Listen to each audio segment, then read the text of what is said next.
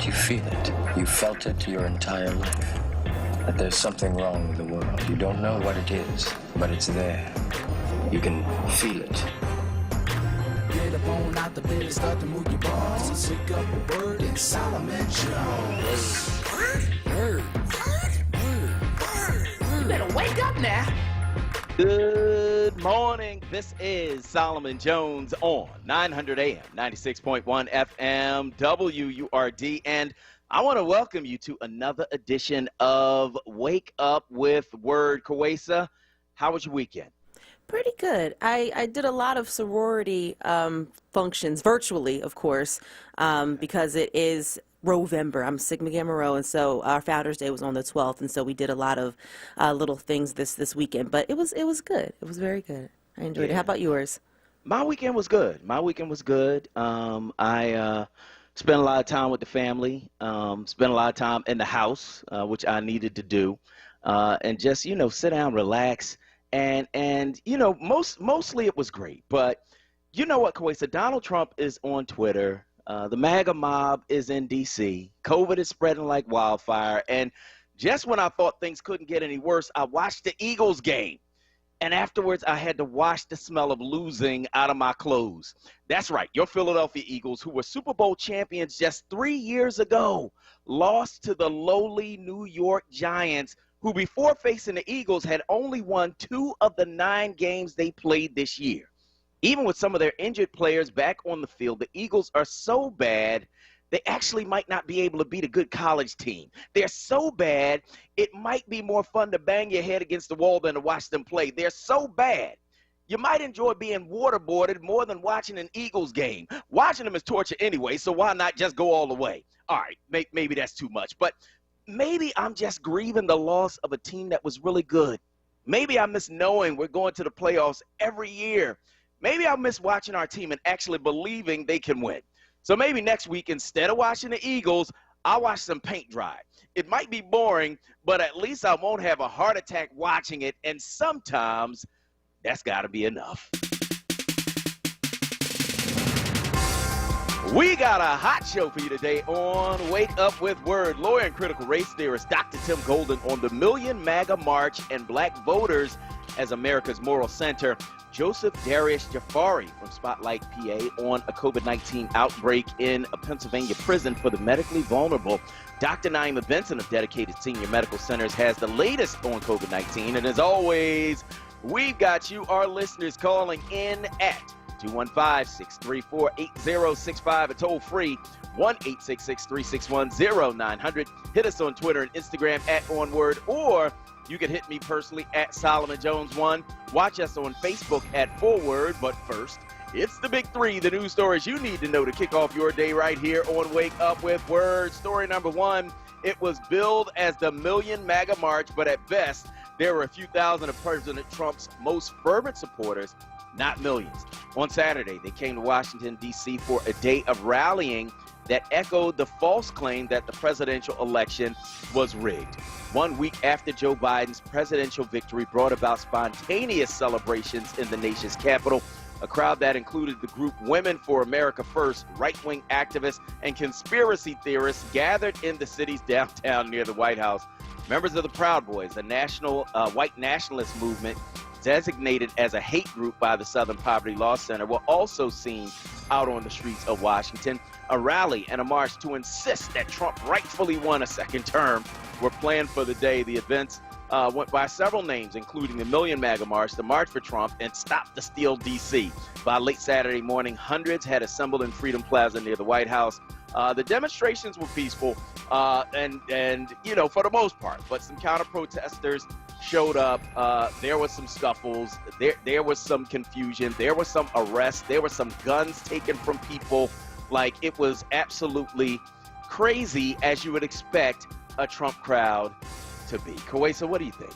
Yeah, I mean, honestly, it is crazy. And I think that what you are seeing now is, a lot of folks are angry. You have, the counter protesters going up against these Trump supporters because it's like, we're tired of the racism. We're tired of y'all hating us. Like, it's ridiculous. And then we have a president in office who sits there idly by, not denouncing this hate, not denouncing racism, not denouncing this violence. And that's where some of this is stemming from. He is absolutely the worst person to have in office because he is not for all the people. He's just for some of the people. And so it's ridiculous on all ends. And, really at the end of the day, I'm just ready to see this man get out of office. Please get out.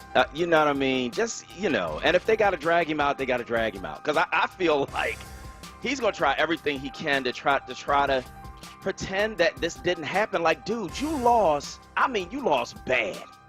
You lost by 5 million votes. You lost votes. You lost Georgia.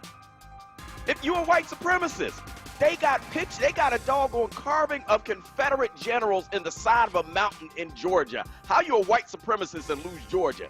I mean, it's bad. You got your butt kicked. Please, just get out, man. You're embarrassing yourself. You're embarrassing us. And, it's just, and you're supporting this nonsense that we're seeing with these people. Your supporters are conspiracy theorists. Your supporters are white supremacists. Your supporters are right-wing hate groups. Like, dude, you gotta go. You gotta go. Which brings me to story number 2, reason number 583 that he's gotta go, coronavirus. Yep, the U.S. surpassed 11 million coronavirus cases on Sunday, and states and counties across the country are set to announce new coronavirus restrictions. The city of Philadelphia's new restrictions, set to be announced this afternoon, will include a ban on indoor dining and closure of movie theaters, gyms, and indoor exercise classes beginning November 20th and continuing through New Year's Day. Friday's announcement came as the number of new coronavirus cases in the city soared over 1,100, continuing a pattern of shattering records for the most new cases in a single day. Deaths from the disease are also slowly rising, with 5 new fatalities reported on Friday. Philadelphia Department of Public Health hasn't wanted to impose new restrictions over the past few weeks, even as cases have increased. But it's to the point now, Kawesa, where they have to. They're gonna have to. I think that really, everybody got excited a little too soon when the numbers started to dip just a little bit. It wasn't even a lot. They just dipped a little bit and got excited and started, being in people's faces and started being, more careless. And I think that, as this goes on and on, you have people who are tired, right? They don't want to, follow social distancing. They don't want to wear their masks anymore because it's been going on for so long. We are going to be way into next year by the time all of this is, somewhat over with. And it really just speaks to the fact that we have had this fool in office who has done absolutely nothing to, make sure that the Americans are safe. Like, it's crazy. It really is crazy. It is crazy. And it does go directly to his leadership or his lack thereof. He's the dude that actually was telling people not to wear masks. He's the dude that was actually telling people, no, don't shut down anything. He's the person who was saying it's going to go away like a miracle. All you got to do, maybe you should inject some disinfectant in your body. Maybe you should shine a bright light into your body. It's just going to just disappear. You'll see. It's going to be gone by Easter. Like, this dude has made it so much worse than it needed to be that it is absolutely insane. Which brings me to story number 3, my commentary for the day. I keep seeing stories about how black and brown voters in Philly didn't turn out like Biden, like they did for Hillary. The reason, according to folks who analyze these things, is that the people in black and brown sections of the city just wasn't feeling Biden. But I have a better explanation: gentrification. I don't know if y'all been looking closely at what's happening in the hood, but ain't nothing as black as it used to be. That's thanks to local politicians who would rather give tax breaks to gentrifiers than help black and brown people get out of poverty. We watched the new housing go up, and we never got hired to work on the construction.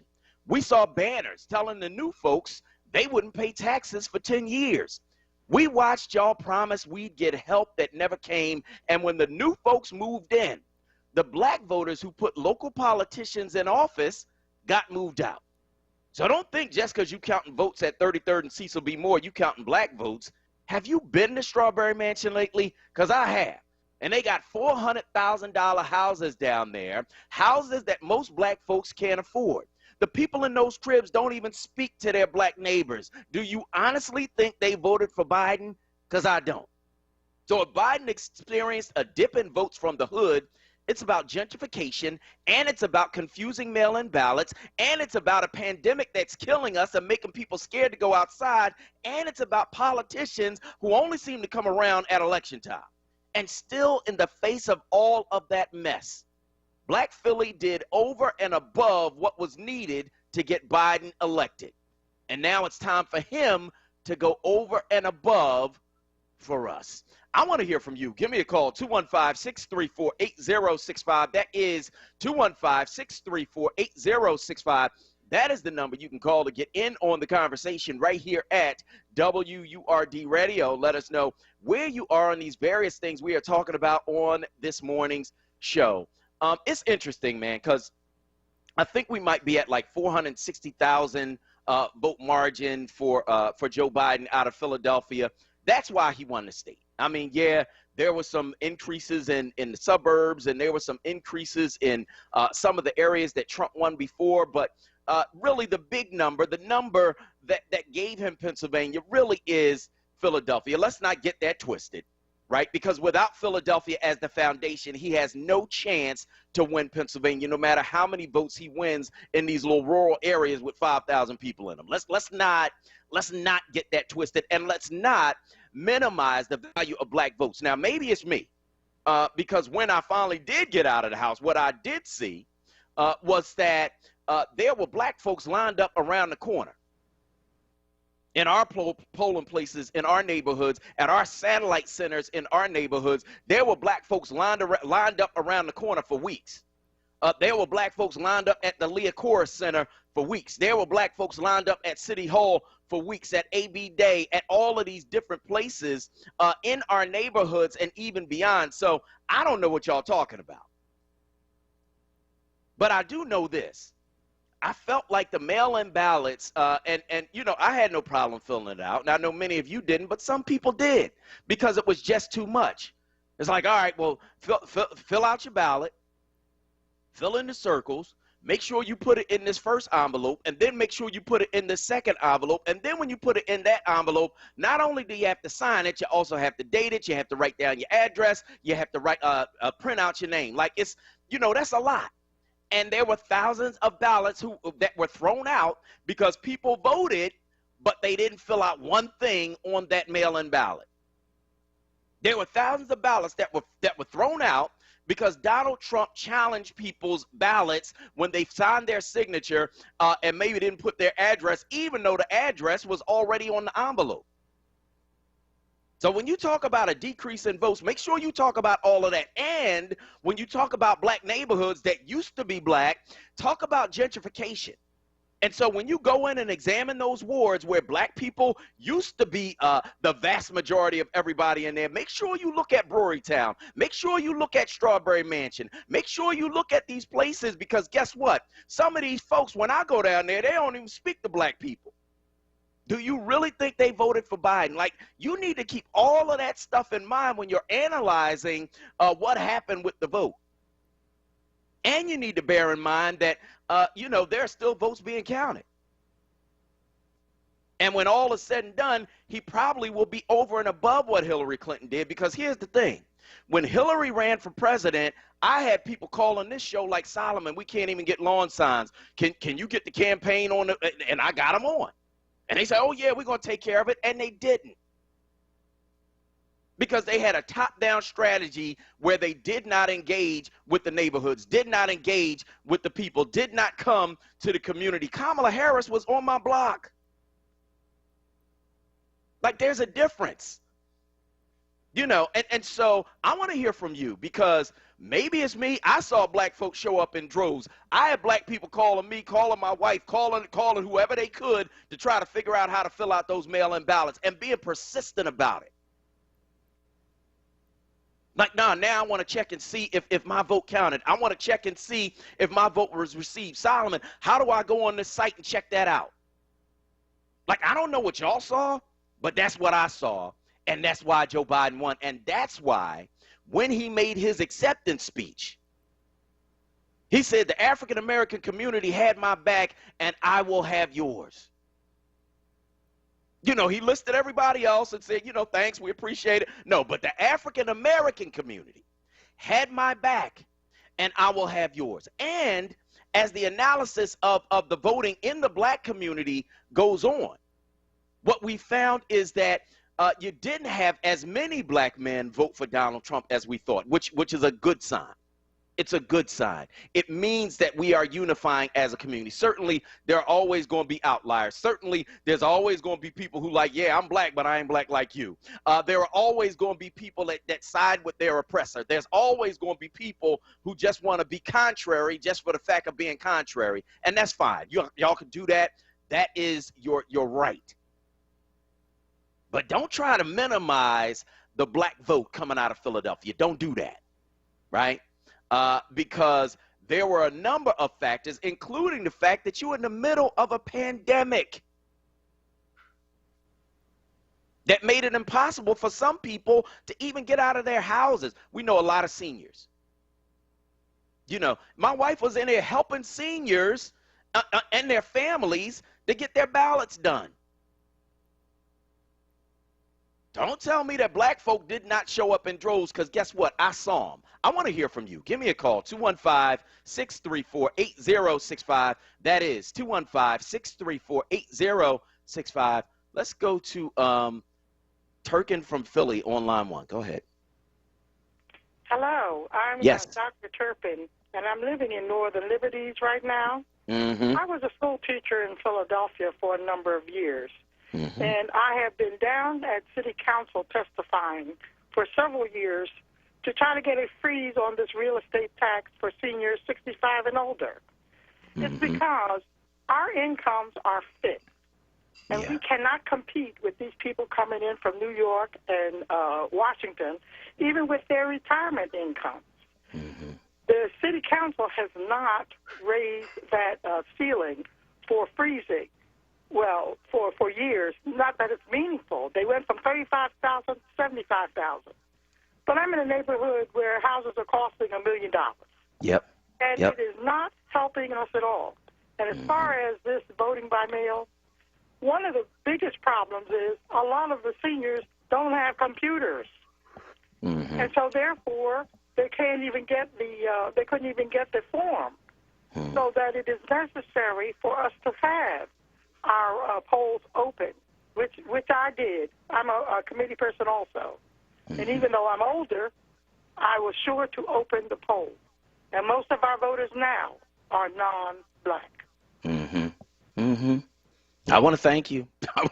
See that? You got to talk to the people on the ground. It's not just about the numbers, right? You got to actually go into our communities and see what's going on. When I go down to North Philly, now they call it Brewery Town, right?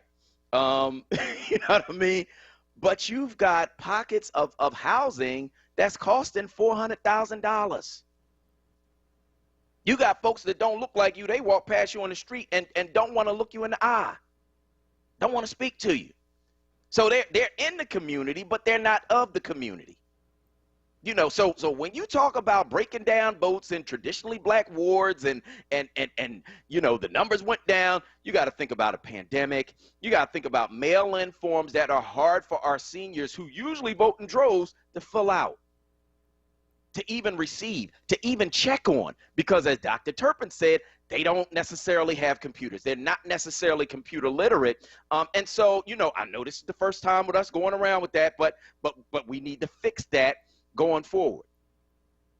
On the state level, you can't let the Republicans make those ballots harder to fill out. Oh, you got to put in this, you got to put in that, you got to put it in the envelope, then you got to put it in another one, because they're doing that to set it up so that they can strike those ballots after they're turned in. That's a strategy.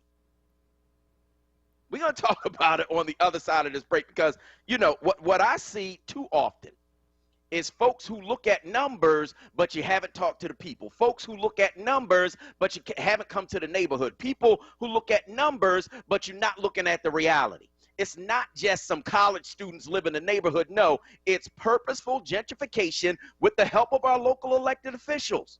And guess what? Those folks that you let come in and gentrify your district eventually going to vote you out too. So it's not just about pushing the people out. Eventually, they're going to push you out. I'm just saying. You know what I mean? We got to talk about that. We're going to go to break. On the other side, we're going to continue the show right here on WURD. Enterprise Exterminators, located 4943 Wayne Avenue, specializing in lantern flies, termites, bed bugs, fleas, mice, and roaches. Do-it-yourself kits are available. Call now, 215-849-7070. Did you get an eviction notice before the shutdown? Are you looking for a lawyer once the moratorium ends? There's so many questions with so little time. Let Equally Informed Philly find the answers for you. Just text the phrase Equal Info to the number 73224. Again, that's Equal Info, one word, to 73224. Their community information line will get the answers you need to survive in the time of COVID-19. Equally Informed Philly for all Philadelphians. Hi, this is Jeff Brown from Brown's Family ShopRites and Fresh Grocers. Are you thinking about a part-time job to help out with the cost of the holidays? We have plenty of openings. You can apply online at shoprite.com/careers or freshgrocer.com/careers. Come join the Brown family today and help us serve the people of Philadelphia. Have a great holiday. Now, a traffic update on WURD Radio. Good morning. This report sponsored by Staples Store. Southbound 95 pretty jammed. Cobman down through Bridge. An accident in that construction zone has been cleared. Then you're busy Allegheny down through Girard. Northbound 95 looks pretty good still. Westbound Vines flow 8th out through Brodigan Parkway through the Schuylkill Expressway. Schuylkill westbound busy University through the Vine through that work zone. Eastbound delays Montgomery through Girard. PA Turnpike, Blue Ridge 476. Still a pretty good ride there. 55 north. You're at a jam now from Deptford in the 42. Staples helps you ship holiday gifts and packages with care this season. Right now, save 30% on select shipping supplies and 25% on UPS Expedited shipping services. Offer ends 1/2/21 while supplies last. See store for details. Save big at Staples. For more traffic information, log on to sigalert.com. Jim Bachman with your Philadelphia area traffic.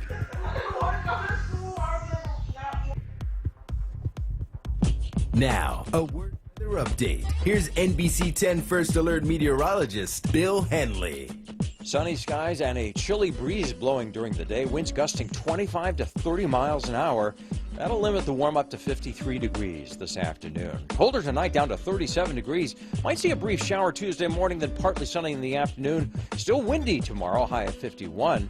Then it turns colder on Wednesday. 31 the low, just 43 with sunshine Wednesday afternoon. Get the First Alert forecast anytime. Download the free NBC 10 app.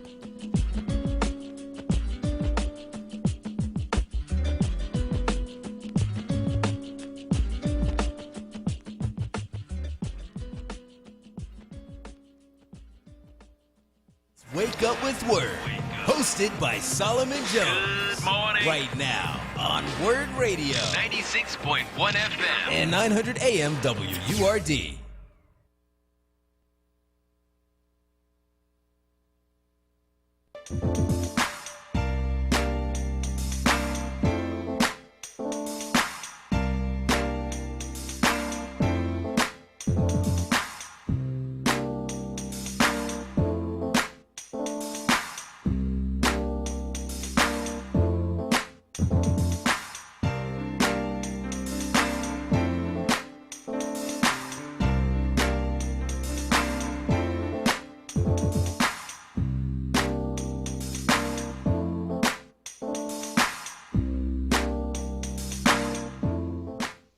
Good morning. This is Solomon Jones on 900 AM, 96.1 FM, WURD, and we're taking your calls at 215-634-8065. That is 215-634-8065. That is the number you can call to get in on the conversation right here at WURD Radio. Let us know where you are. Where you are on any of these things we are talking about on this morning's show. 215-634-8065. That is 215-634-8065. As we go back and look at the numbers, with this election, one of the things that happened in the Latino community is that the numbers for Democrats in the Latino community have gone down. And here's the thing. On the local level, see, these things work together, man. You can't continue ignoring whole communities and then just expecting them to come out and vote for you. You can't continue ignoring the fact that people in black and brown communities in Philadelphia are disproportionately affected by poverty, and just think that they're going to just keep coming out to vote for you. Keep thinking that they're going to be engaged with you, right? It's more than just, you know, what happened with the Biden campaign. It goes to local Democrats talking nice about communities and not really doing anything to affect the poverty that has beset us now for generations. Y'all talking nice about, you know, what we need to do about racism and what we need to do about poverty and what we need to do about criminal justice. And what are you doing? You know, so it goes more to really an ongoing pattern, in my view, because I actually talk to the people. In my view, it's an ongoing pattern of ignoring systemic problems, talking nice about it, not really doing anything about it. In fact, helping to push people out of their communities and then expect them to run out and vote for you. This goes way beyond the Biden campaign. This is about what happens on the local and state level. And so when Latinos see that y'all didn't stand up when they was getting pushed out of their communities, y'all didn't stand up when their people were getting deported, y'all didn't stand up and really do anything except talk. You understand what I'm saying? And then you can't expect for them to come and suddenly be like, oh, yeah, we're going to come out and vote for you in droves. No, you want big numbers. You want big Democratic victories. Guess what? Help black and brown people out of poverty. You want big Democratic victories. Stop standing with the gentrifiers. You want big Democratic victories. Stop working for the developers. I mean, you know, it really is that simple. You know, people get mad, young people, oh, they don't want to vote, because they don't see what you're actually doing to help them. They live in a microwave generation. They live in a generation where you could turn on 500 some channels. We had like 5. You understand what I'm saying? They live in a generation where information is at your fingertips, and so is misinformation. They live in a generation where they can hop on social media and have 1,000 people at a location in 20 minutes. And so they don't have a whole lot of time for like nonsense, man. And they have a whole different point of view. And so what that means is, guess what? You need to be coming up with some results for them.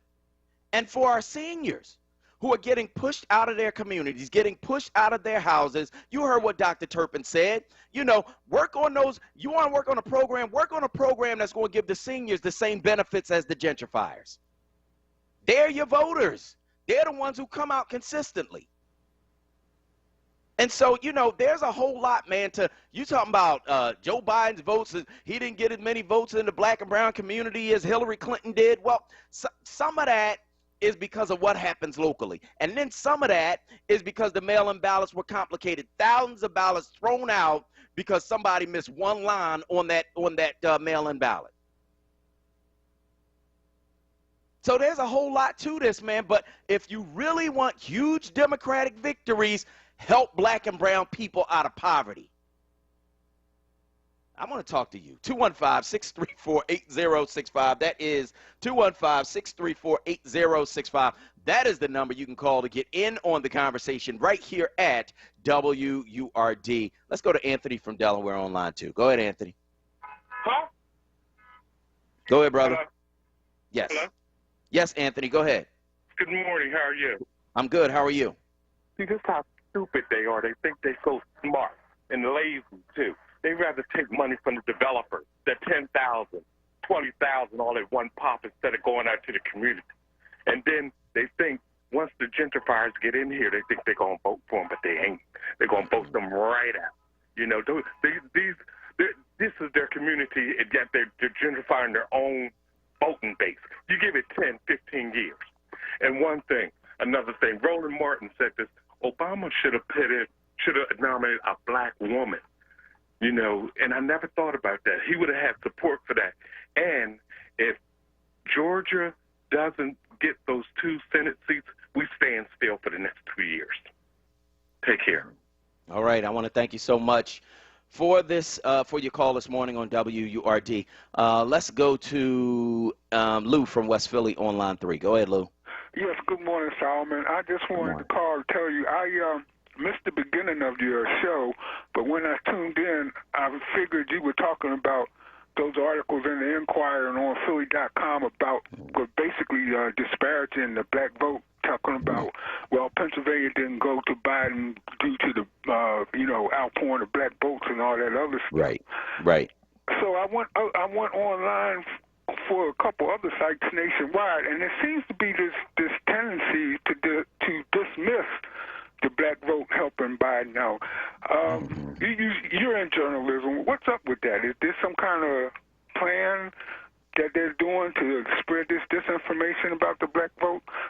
You know what I think, and some of the folks writing this stuff are good reporters, but I think the problem is that when you just look at the numbers and you don't know the community and you don't know what's happening in the community, then it becomes a problem, right? If you've only gone and really, looked in depth at 1 or 2 black communities across the city, you don't really know what's going on in the community.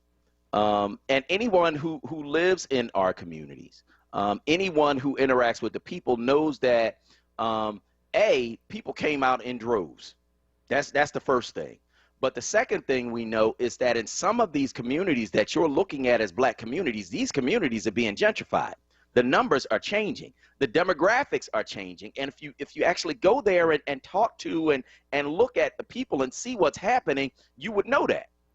You know what I mean? I think that's part of it. You can't just look at numbers and not know the communities that you're talking about. That's what I think is part of the problem.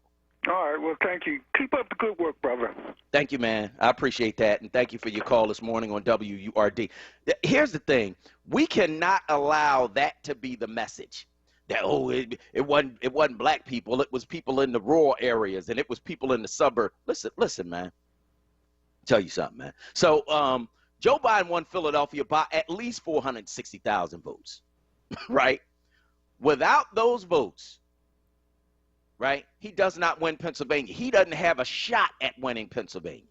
So let's stop this narrative about, his numbers went up in rural areas and that's why he won. And he won because of the foundational black vote in Philadelphia that gave him the state. Bottom line. That's why he won. That's why he even had a chance to win. Because without that, he doesn't even have a chance. So we cannot allow that to be the narrative. We can't allow that. Not here, not in Wisconsin, where you got black folks in Milwaukee, not in Michigan, where you got black folks in Detroit, not in Georgia, where you got black folks in Atlanta. No, you can't let that be the narrative, because what that does is it diminishes the power that comes with your vote. Oh, it wasn't really black people that won. It was, nah, man. No, it was black folks in these cities, in these states, that gave him the states that he needed in order to win, period. In Arizona, it was a lot of Latinos that were tired of the racism that they've been dealing with under Donald Trump and under the sheriff they had there that Donald Trump supported and pardoned for his crimes. You know, so this narrative that somehow it was not the black vote, it was everything else, but no, we cannot allow that to be the narrative. I'm going to go back to the phone lines, 215-634-8065. Sharif from West Philly is on line 1. Go ahead, Sharif. Good morning, Solomon. Thanks for pointing that out because Joe Biden himself actually knows that the black vote delivered for him. They delivered for him in the primary, and also, but you have all those people that go on TV started, saying all this nonsense, he won the suburbs. That's not it. Okay, that's why Trump is targeting all the spaces, Philadelphia, Atlanta. That's why he was calling that, they cheated on him. But it's not the case. But Solomon, let me go to the point that I wanted to make. Democrats should stop investing in personalities. A pig is a pig. No matter how you paint it or put a lipstick on it, it's a pig. They should start investing in communities. I'm going to take a typical example of AOC. AOC is from that district. She knows her problems within that district. The former congressman that was there, he does not live in that district. He lives in Virginia with his family.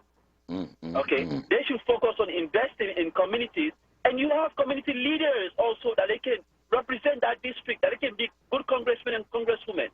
So Democrats should stop investing into personalities, because what? Personalities does not get the votes out, does not win you elections. It's communities that will get you your win. Thank you, Solomon, for picking up my call. Thank you, man. I appreciate it, as always, on WURD. Let's go to Evelyn from East Oak Lane on line 4. Go ahead, Evelyn. Good morning. How are you?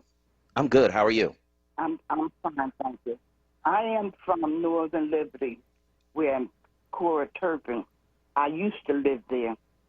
I'm 81 years old. I've been in that neighborhood all my life, and I have seen it from. I remember as a little girl living on Lisco Street, and on 5th Street was all white, and then the white moved out, and the blacks moved on 5th Street, and now where I used to live at, it's all white. I had a house. I bought a rehab house for $19,900. Wow. I lived there for 39, 40 years. It was 3-story house. I got sick, and my kids said, "Mama, you got to move because going up and down the steps was bad for me."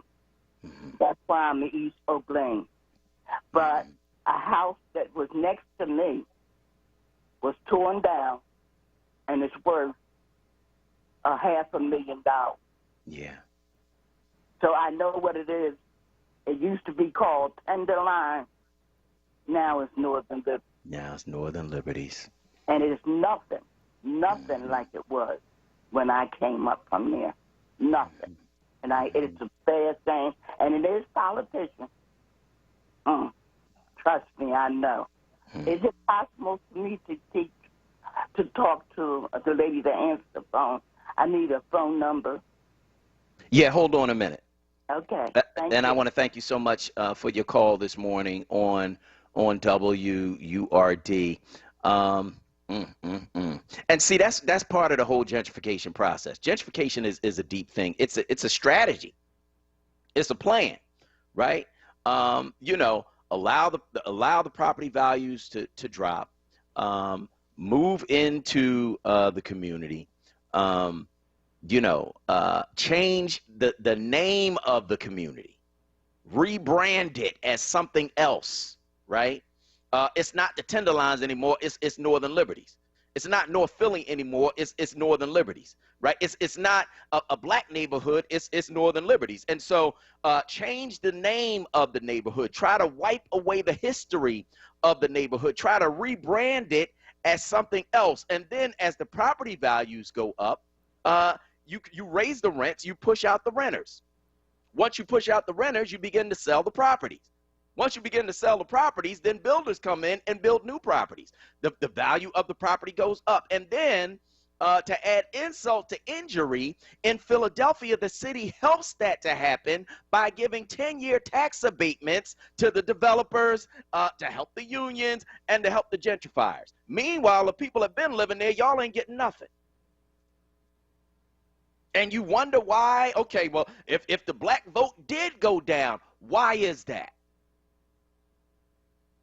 Why is that? It's not just about Joe Biden. It's about the changing demographics of communities aided and abetted by the city of Philadelphia. Then y'all want to run to us talking about, oh, we need y'all to vote in droves.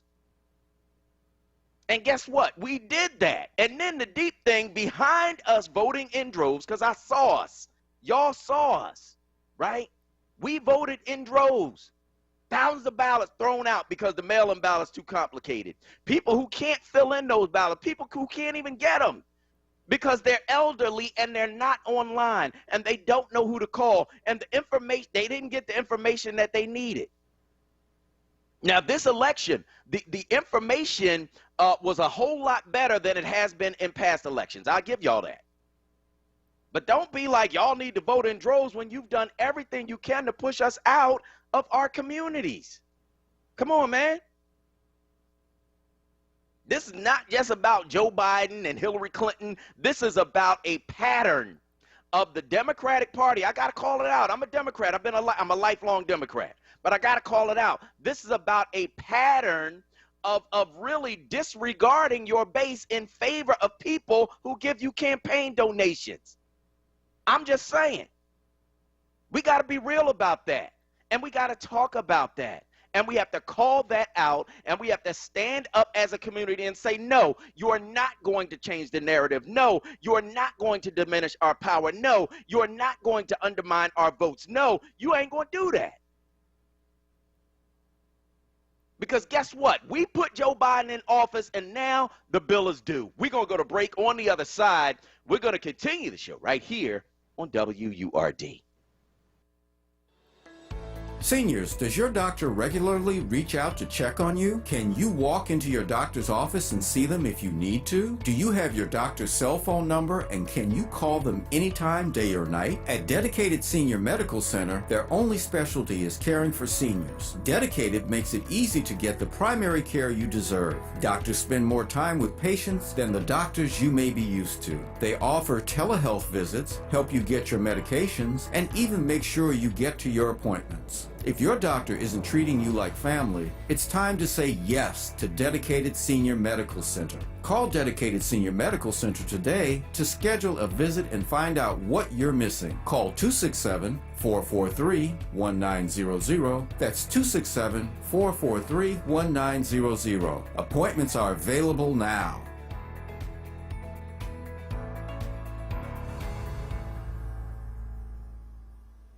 Livelihood, the new initiative from WURD Radio, connecting Philadelphians to jobs, entrepreneurship opportunities, small business resources, and financial literacy. Visit WURDworks.com right now and take the next step in your professional journey.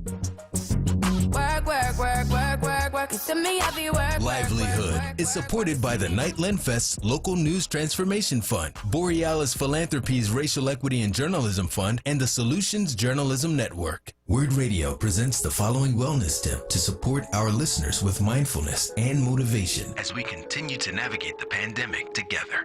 Hi, this is Halana, your resident health and wellness coach, with tips to help you stay well. Many of us have heard this term before, but may not know what it really means. Compassionate living brings mindfulness and peace to the center of your daily life. Compassionate living can look like this. Number 1, be gentle with yourself and those around you. Number 2, choose to speak kindly to others, even when you're upset. Number 3, become a good listener and practice empathy at home and at work.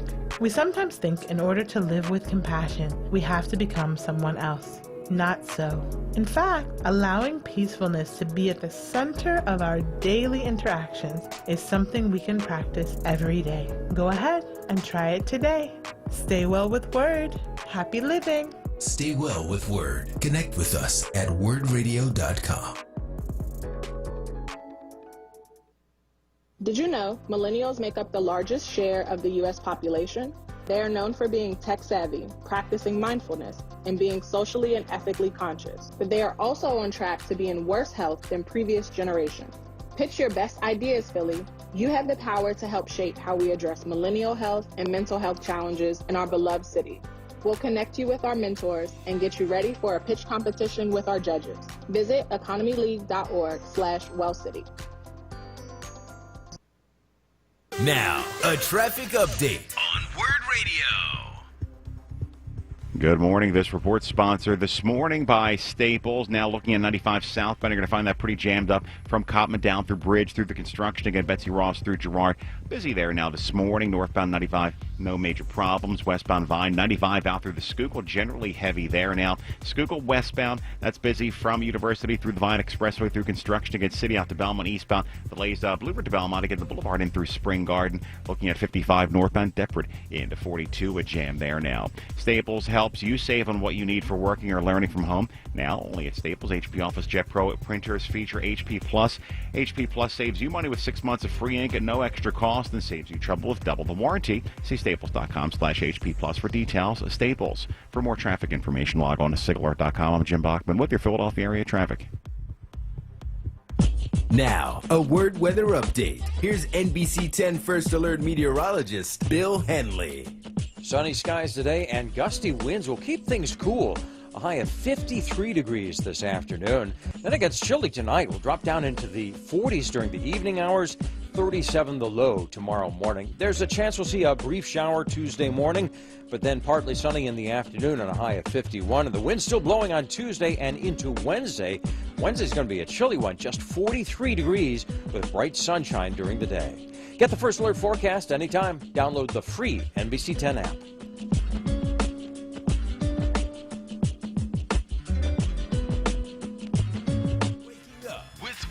Hosted by Solomon Jones. Good morning. Right now on WURD Radio. 96.1 FM. And 900 AM WURD.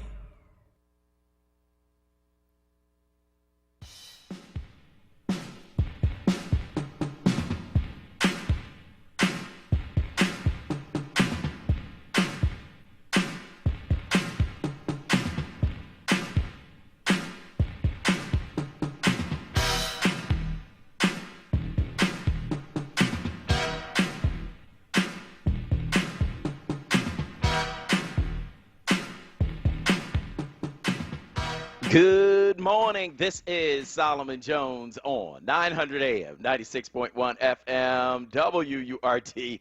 And I want to welcome you to another edition of Wake Up with Word. We are, of course, talking about a number of things this morning, including the post-election analysis that more and more is saying that black votes were not the key to Joe Biden winning. We cannot allow that to be the narrative.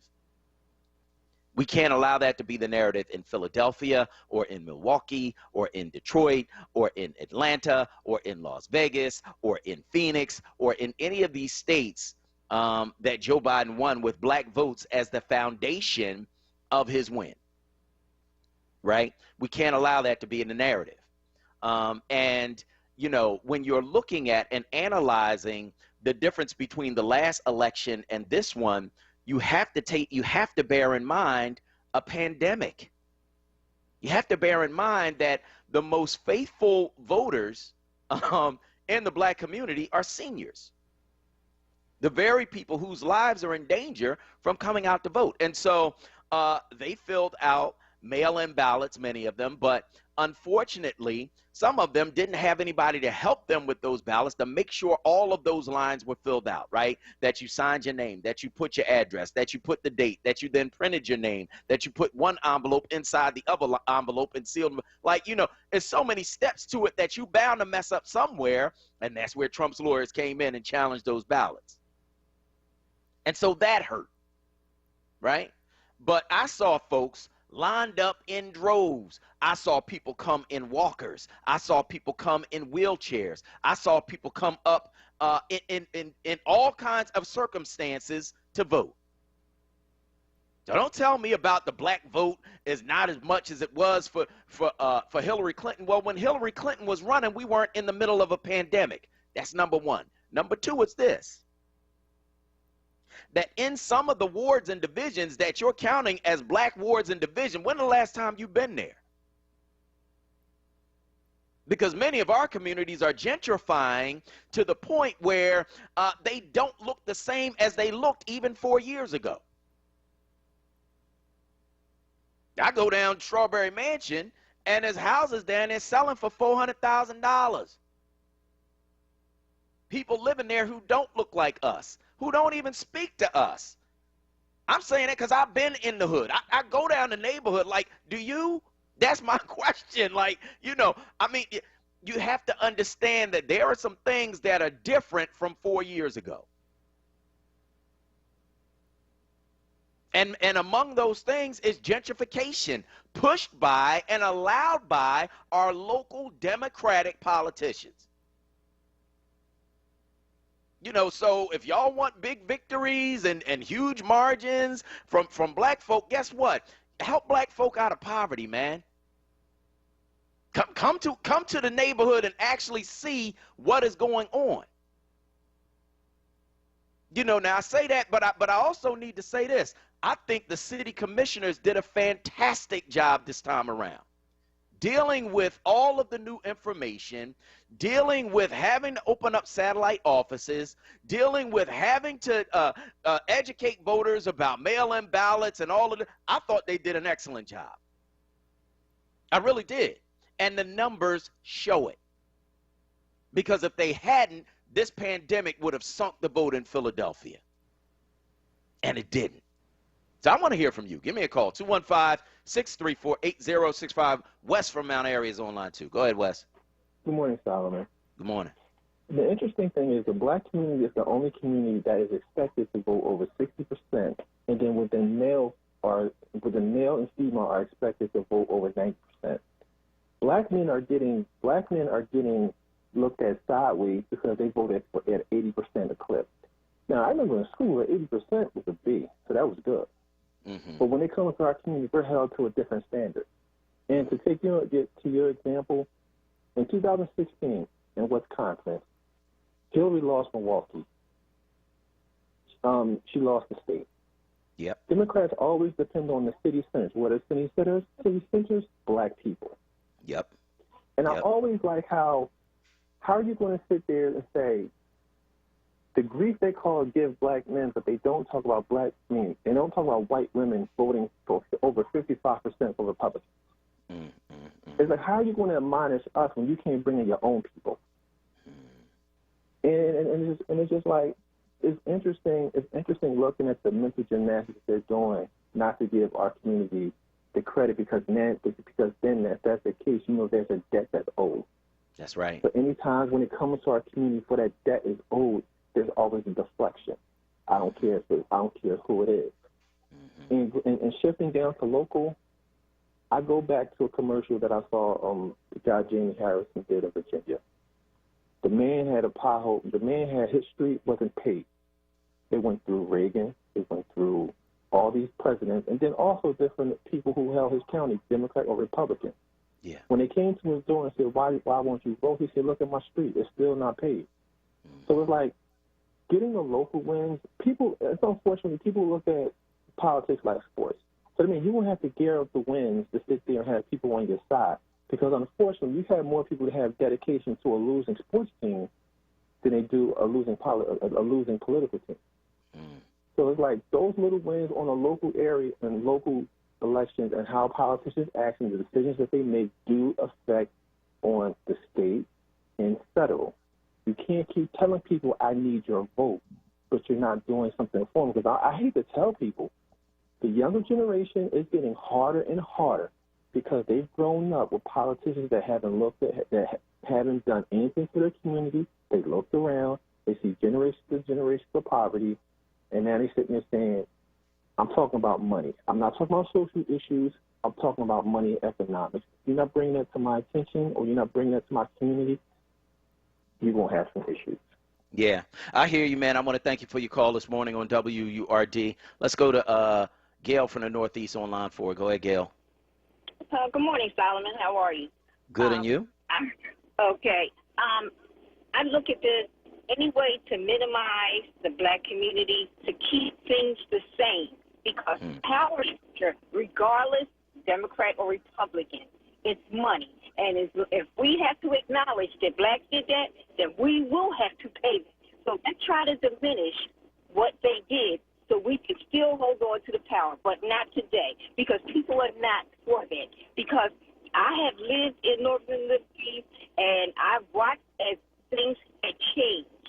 And in South Philadelphia, you watch as things have changed, and people, and I'm going to tell you the truth, a lot of those people in South Philly knew this was coming, and they were buying not their property, but they would buy their children's property. They would make sure that it stayed within them. So they can only get but so much.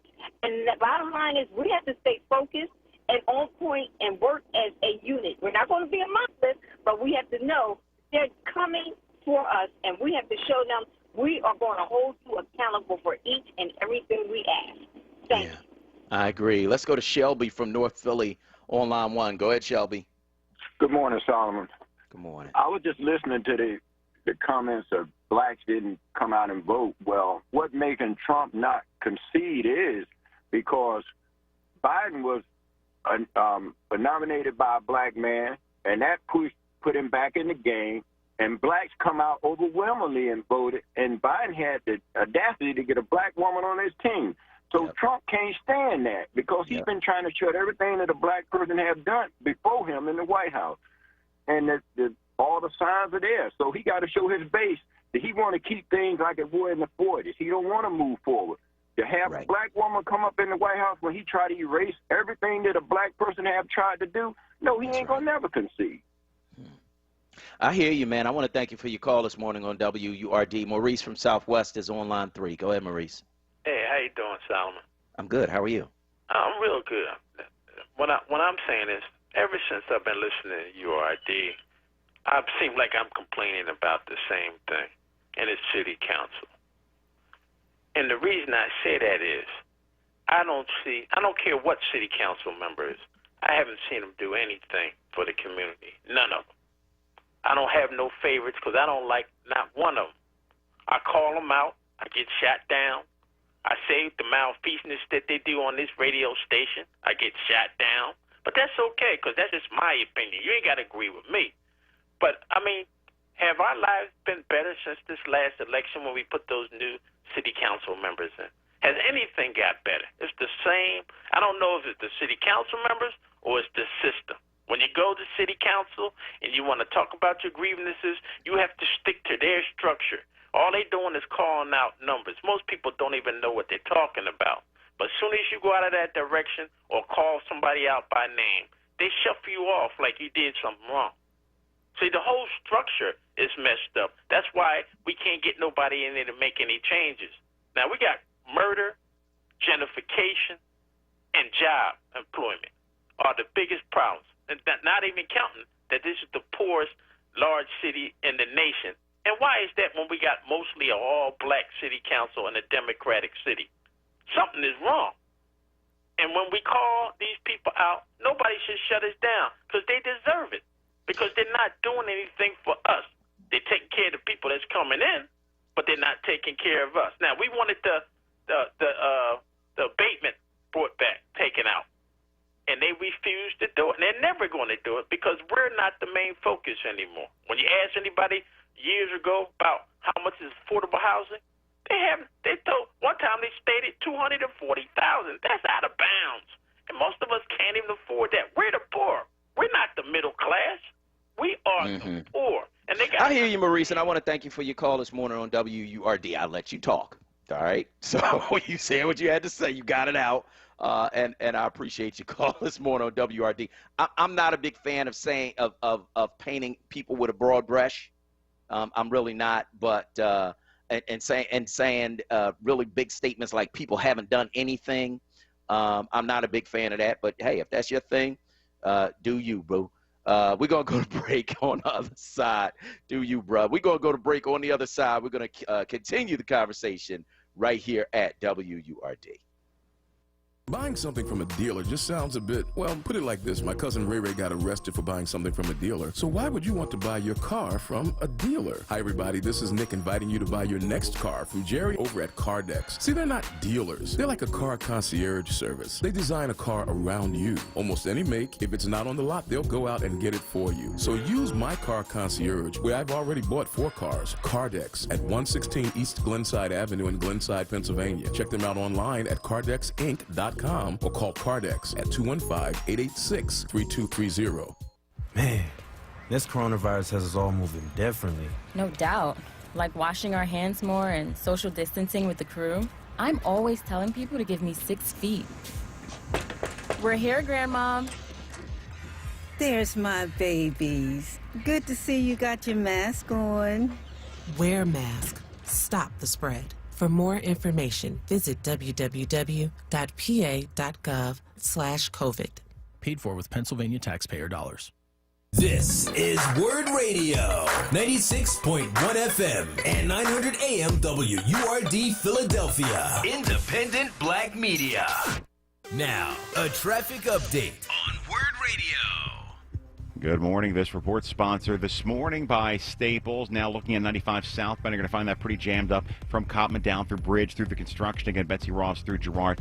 Busy there now this morning. Northbound 95, no major problems. Westbound Vine, 95 out through the Schuylkill, generally heavy there now. Schuylkill westbound, that's busy from University through the Vine Expressway through construction, again, City out to Belmont eastbound. Delays Bluebird to Belmont, again, the Boulevard in through Spring Garden. Looking at 55 northbound Deptford into 42, a jam there now. Staples helps you save on what you need for working or learning from home. Now only at Staples. HP Office Jet Pro printers feature HP Plus. HP Plus saves you money with 6 months of free ink at no extra cost and saves you trouble with double the warranty. See staples.com/HP Plus for details. Staples. For more traffic information, log on to sigalert.com. I'm Jim Bachman with your Philadelphia area traffic. Now, a WURD weather update. Here's NBC 10 First Alert meteorologist Bill Henley. Sunny skies and a chilly breeze blowing during the day. Winds gusting 25 to 30 miles an hour. That'll limit the warm up to 53 degrees this afternoon. Colder tonight, down to 37 degrees. Might see a brief shower Tuesday morning, then partly sunny in the afternoon. Still windy tomorrow, high of 51. Then it turns colder on Wednesday. 31 the low, just 43 with sunshine Wednesday afternoon. Get the First Alert forecast anytime. Download the free NBC 10 app.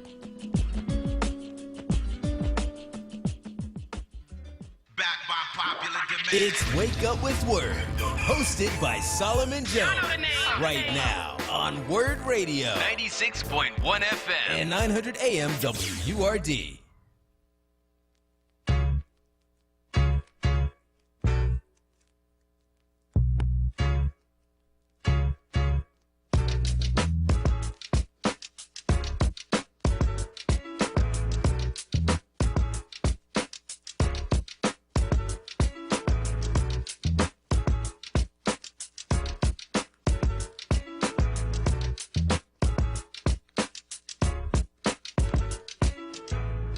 Good morning. This is Solomon Jones on 900 AM, 96.1 FM, WURD. I want to welcome you back to Wake Up with WURD. We're, of course, taking your calls at 215-634-8065. That is 215-634-8065. We're talking about a number of things, including the importance and the power of the black vote. There was an interesting piece in the Inquirer which examined the votes that came out of various wards in the city of Philadelphia. And that story said that the black wards, less votes came out of the black wards and the Latino wards this time around than they did in 2016. And, you know, I think that's interesting. Given that the votes really at this point, you still have some more votes that need to be counted, provisional ballots and otherwise. But I also think it's interesting because we're in the middle of a pandemic, right? Black and brown people are disproportionately affected by the coronavirus. We die more from it, right? And so you have some people who just, you know, could not come out, could not risk their lives to come out and vote. And so the vast majority of those people, many of those people, ordered mail-in ballots, right? The mail-in ballots were so complicated, thanks to what happened on the state level, that many people, you know, they made mistakes on the ballot. You had to fill in circles on the ballot like you were taking an SAT test or a standardized test, right? You had to fill it in with a black or blue pen. So you fill that in. You then had to put it inside a secrecy envelope. You then had to take that secrecy envelope and put it into another envelope. And then you had to turn that envelope over, sign your name, print your name, put your whole address, and put the date. If you got all of those steps, of course people are going to mess up. Republicans knew that, and that's why they made it so complicated. We want it complicated so that when we go to challenge these ballots, we can throw them out by the thousands. And so there were people who voted who got their ballots thrown out. Right? Last week, they had a list of over 2,000 people who needed to send in a photocopy of their ID, either email it or fax it. Now, does everybody have access to a fax machine? No. Does everybody know how to take a picture of something, attach it to an email, and send it? No. So you got thousands of ballots thrown out on technicalities like you signed your name, but you didn't print it. On technicalities like you didn't put your whole address. On technicalities like, oh, we didn't have your complete ID, so we need you to email it to us or fax it to us. I ain't got no fax machine, and I don't know how to use email. Like there's some stuff, right? And then beyond that, have you actually gone to the black wards that you took and tabulated the numbers, and have you looked at those wards? Have you looked at the people? Have you looked at who lives there now? Because guess what? A lot of our communities are gentrifying, and that goes to local politics and making it easier to gentrify by giving people huge tax breaks. Then you say you're going to change it, then you change it back.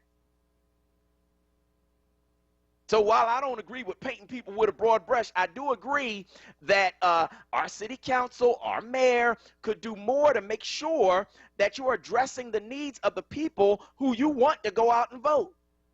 Because some of these very same people that you helping to come in and gentrify these communities, they didn't vote for Biden, and guess what? They ain't going to vote for you. Real talk. So I want to hear from you. Give me a call, 215-634-8065. Wes from Southwest is online too. Go ahead, Wes. Hey, good morning to you and Kwesa. Good morning. I just simply wanted to say, I just throwing along the lines of what's happening with the gentrification. I work up around Malcolm X Park a lot, and it's just pretty much white up there. The people in the park, you go in, and the parents and the children in the playground, it's just becoming heavily white. And you saw some of the younger people were meeting. And one of the younger black ladies was lamenting the fact that there has been some suggestions from some of the people who are gentrifying that they really want to change the name of the park.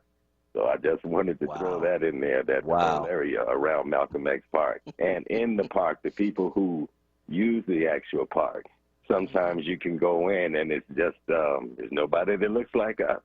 And that's a very strange thing to see in West Philadelphia. The business. See, people think, Solomon making this stuff up. No, I'm not. Go into the neighborhoods, right? Go into real. These places that you're talking about and writing about and commentating about and actually see what's going on. You're right, Wes. I want to thank you for your call this morning. You're welcome, brother. I want to thank you for your call this morning on WURD. Real talk, man. Go in the neighborhoods and see what we see. And then tell me that the black vote is going down. No. There's less black people there. That's the issue. And there's less black people there, guess what? Because of what the local government has encouraged and allowed in terms of gentrification. Real talk. I can't be any more honest than that. Let's go to Hariah from Ardmore on line 1. Go ahead, Hariah. Hey, good morning, Solomon. Good morning.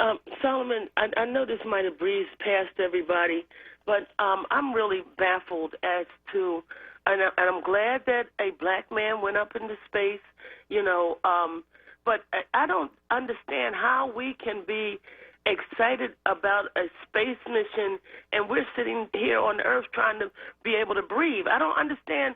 They have hospitals that they're now pitching tents to make an extension because there's no more room in the hospital. How we have money to be sending anybody up into space? This is a global pandemic here on Earth. Where's this money coming from? And why isn't it being applied to the situation that we have here? I'm just baffled. I was shocked to see. You talking about the SpaceX launch? Yes. Because SpaceX is a private company. That's where they get the money from. Oh. Yeah, it's a private company. And in terms of being excited about a black man going into space, I think we can do both. I think we can address what's going on here and still be happy to see a brother go up into space. Yeah. Okay. I thought that was government money. Okay. So I mean, they might have got some government money. Who knows? But SpaceX is a private company. I do know that. Yeah, I just wasn't feeling it. I just couldn't, on one hand, they're talking about the pandemic is getting ready to go through or it's in its second phase, and I'm sitting here worried to death how I'm going to be able to breathe. I just couldn't get into it. I couldn't see the logic behind it. Well, have a good morning. That was okay. You my too. comment. You too. And thank you for your call this morning on WURD. 215-634-8065 is the number. Of course, you can also weigh in on Facebook at ForWord. That's FORWURD, FORWURD. That is where you can weigh in on what's happening with this election. And I think some of the post-analysis, somebody called in earlier and they said there's a pattern of trying to diminish the value of the black vote that put Joe Biden into office. Right? Not just in Philadelphia, but in cities across the country. And we cannot allow that to happen. We cannot allow that to be the narrative. We cannot allow that to be what comes out of this election. That, well, it really wasn't black people. It really was people in the suburbs. It really was people in rural areas. It really was everybody except y'all. That's what it really was. And it's like, nah. We cannot allow that to be the narrative, not by a long shot, not even a little bit. We cannot allow that to be the narrative. Black folks came out in droves in the middle of a pandemic. And guess what? The black people who vote, who are most faithful in voting are senior citizens. The very people who are most at risk from this virus came out on walkers, came out in wheelchairs, came out and did whatever it was they had to do to vote. Filled out those mail-in ballots, had to have their kids help them with them because they were so complicated. Went on email that they don't even normally use in order to get the ballots. Went out to satellite offices, risked their lives with masks on to go and vote in this pandemic. And you're going to tell me about, oh, black people didn't vote in the same numbers they did for Hillary Clinton? Of course they didn't. Not yet. You might see it by the time all the votes are counted. But come on, man, we're in the middle of a pandemic. And we're the most at risk from dying for this thing. Like what? Kawesa, is it me? Am I losing my mind? Because I don't think I am. No. You're not losing your mind. It's crazy. Just everything that is going on. No, it's not you. It's not. Thank you. I appreciate that. I appreciate that. Let's go to Diane from South Philly on line 3. Go ahead, Diane. Solomon, good morning. Good morning. I just told Clean the Waste, I said, ooh, Solomon, he putting the black icing on the cake this morning. You came out like, don't look at me no more than 2 seconds. Number one, let's stop this picking with the black vote. Do they know what happened in South Carolina? How they put South Carolina? They had to acknowledge South Carolina because that's what helped Biden to win. What's his name? Will from the Whip. What is his name, Solomon? You know his name. He came out and he supported Biden. The black. Oh, you talking about the James Clyburn? Yes. Yes. And then also, Philadelphia and Pennsylvania was one of the number one up here in North that put Biden on the map. We came out and voted, like you said, wheelchairs, blind, crippled, need guidance, mailed it in, grandchildren help. We helped it. And then the sister that commented about the astronaut. So I'm glad it's a black astronaut that went up there, but it still made me think about Gil Scott-Heron. Mine and the sister Nellie got bit by a rat and Whitey's on the moon. Come on, let's concentrate on what's going on in the city. That tax abatement. They pulled the slick Willie neckbone on us again. That's what's going on. And our council people, come on, step it up. There's no way that anyone that's 65 should be paying more taxes. They should be having a tax abatement. I can't wait to get mine next year. Because you have to wait a year when you get it. Anything that's offered for a senior, I'm jumping on it. gas, right. electric, property tax, whatever. Sugar lady's going to be living in a mansion when I leave here, okay? I know that's right. Solomon, stay blessed. I'm All coming right. down. I had a cup of coffee this morning, but you put the black icing on the cake as always. Love you. Thank Love you. Word. Goodness me. Bye. No doubt. No doubt. Thank you. Thank you, Diane. I appreciate your call as always. Let's go to Jacob from Olney on line 4. Go ahead, Jacob. Good morning. Peace be unto you, Brother Solomon. Hey, Solomon, what's new?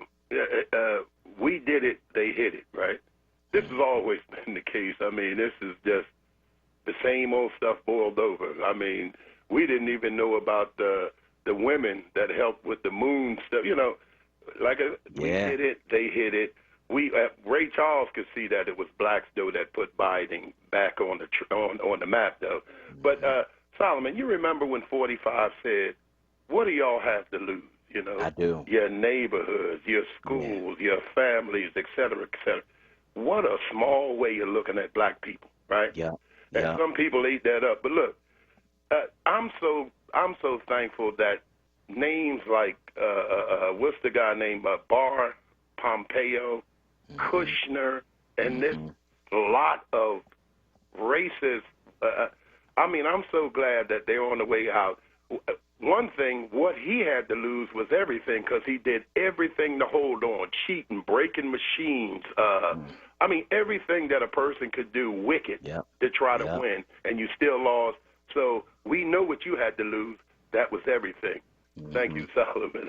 All right. I want to thank you so much, Jacob, for your call this morning on WURD. Let's go back to the phone lines, talk to Will Mega from West Philly on line 1. Go ahead, Will. Solomon, calm down. The article just says slightly. Slightly. They're still not done counting votes. But I did listen. I follow this stuff. The in-person voter turnout in black wards was horrible.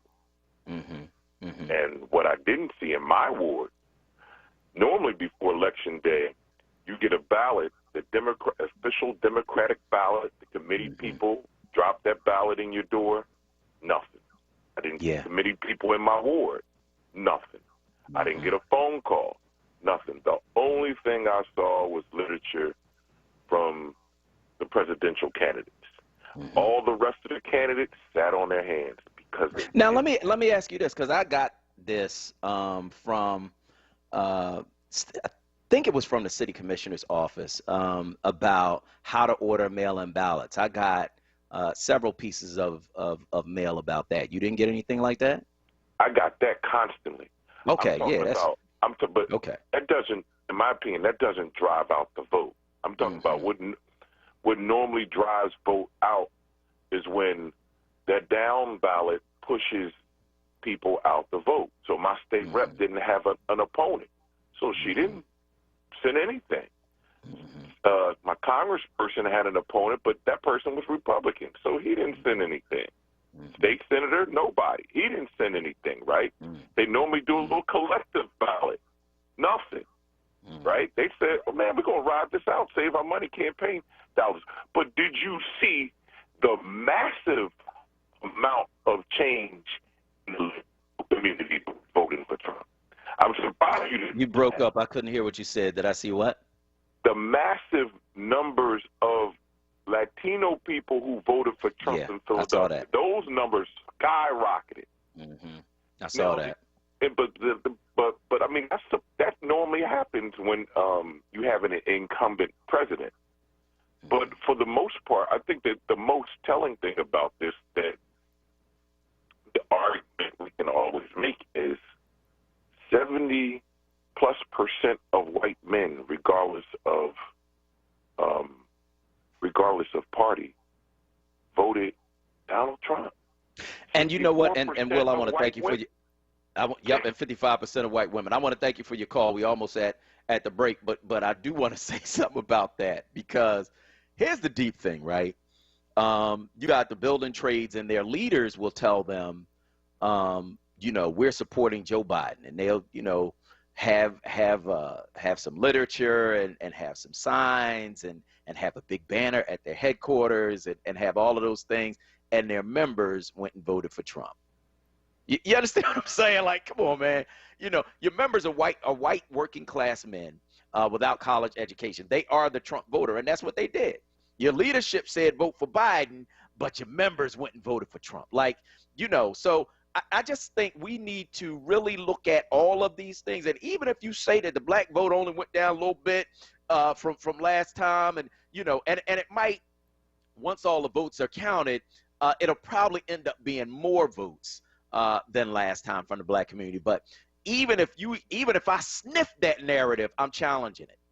I'm challenging it because it is about the spoils. To the victor goes the spoils. And if the narrative can be changed, right, to say that black people are not part of the victors, then guess what? We don't get no spoils. You cannot allow that to be the narrative. I tell stories for a living. I write for a living. I put narratives together for a living. And let me tell you something. The narrative is extremely important. You cannot allow that to be the narrative at all. We're going to go to break. On the other side, we're going to talk with our first guest, Dr. Naima Benson, I believe is coming on. Nope, she'll be on at 8:40. So we got a message for you on the other side. I'm Solomon Jones. We'll be right back.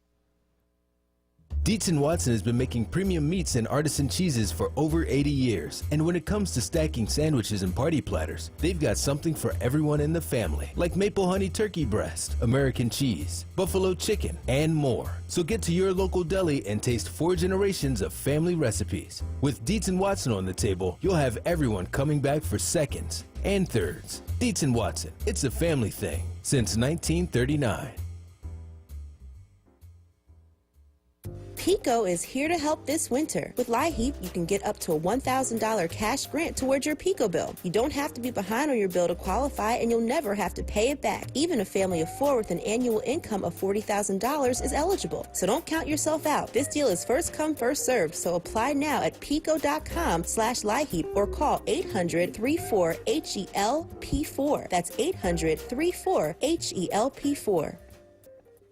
Now, a traffic update on WURD Radio. Good morning. This report sponsored by Staples Stores. Volume a little heavy southbound 95 still this morning. Going to find that jammed up from Cotman Avenue down through Bridge through construction. Again, Betsy Ross through Girard, westbound Vine Expressway. 95 through the Schuylkill, generally busy the entire way there. On the Schuylkill Expressway, westbound University through the Vine to slow delays against City out to Belmont. Eastbound delays from the Blue River to Belmont. Again, the Boulevard in through Spring Garden. 55 northbound Deptford into 42. Still a jam ride there. Staples helps you ship holiday gifts and packages with care this season. Right now, save 30% on select shipping supplies and 25% on UPS Expedited shipping services. Offer ends 1/2/21 while supplies last. See store for details. Save big at Staples. For more traffic information, log on to sigalert.com. Jim Bachman with your Philadelphia area traffic. Now, a WURD weather update. Here's NBC 10 First Alert meteorologist Bill Henley. Sunny skies today and gusty winds will keep things cool. A high of 53 degrees this afternoon. Then it gets chilly tonight. We'll drop down into the 40s during the evening hours. 37 the low tomorrow morning. There's a chance we'll see a brief shower Tuesday morning, but then partly sunny in the afternoon and a high of 51. And the wind's still blowing on Tuesday and into Wednesday. Wednesday's going to be a chilly one, just 43 degrees with bright sunshine during the day. Get the First Alert forecast anytime. Download the free NBC 10 app.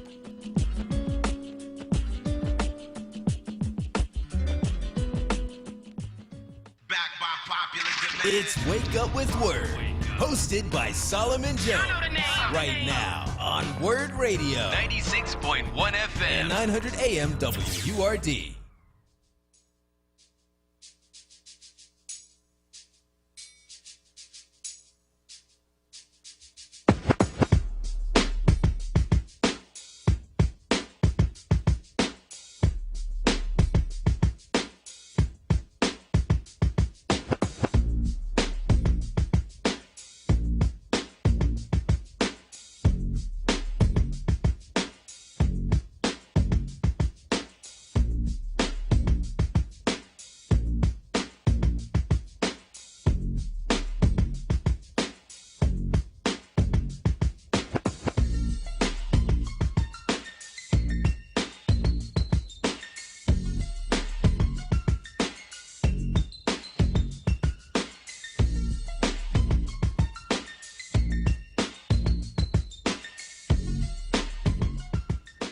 Good morning. This is Solomon Jones on 900 AM, 96.1 FM, WURD, and I want to welcome you back to Wake Up with WURD, and we're taking your calls at 215-634-8065. That is 215-634-8065.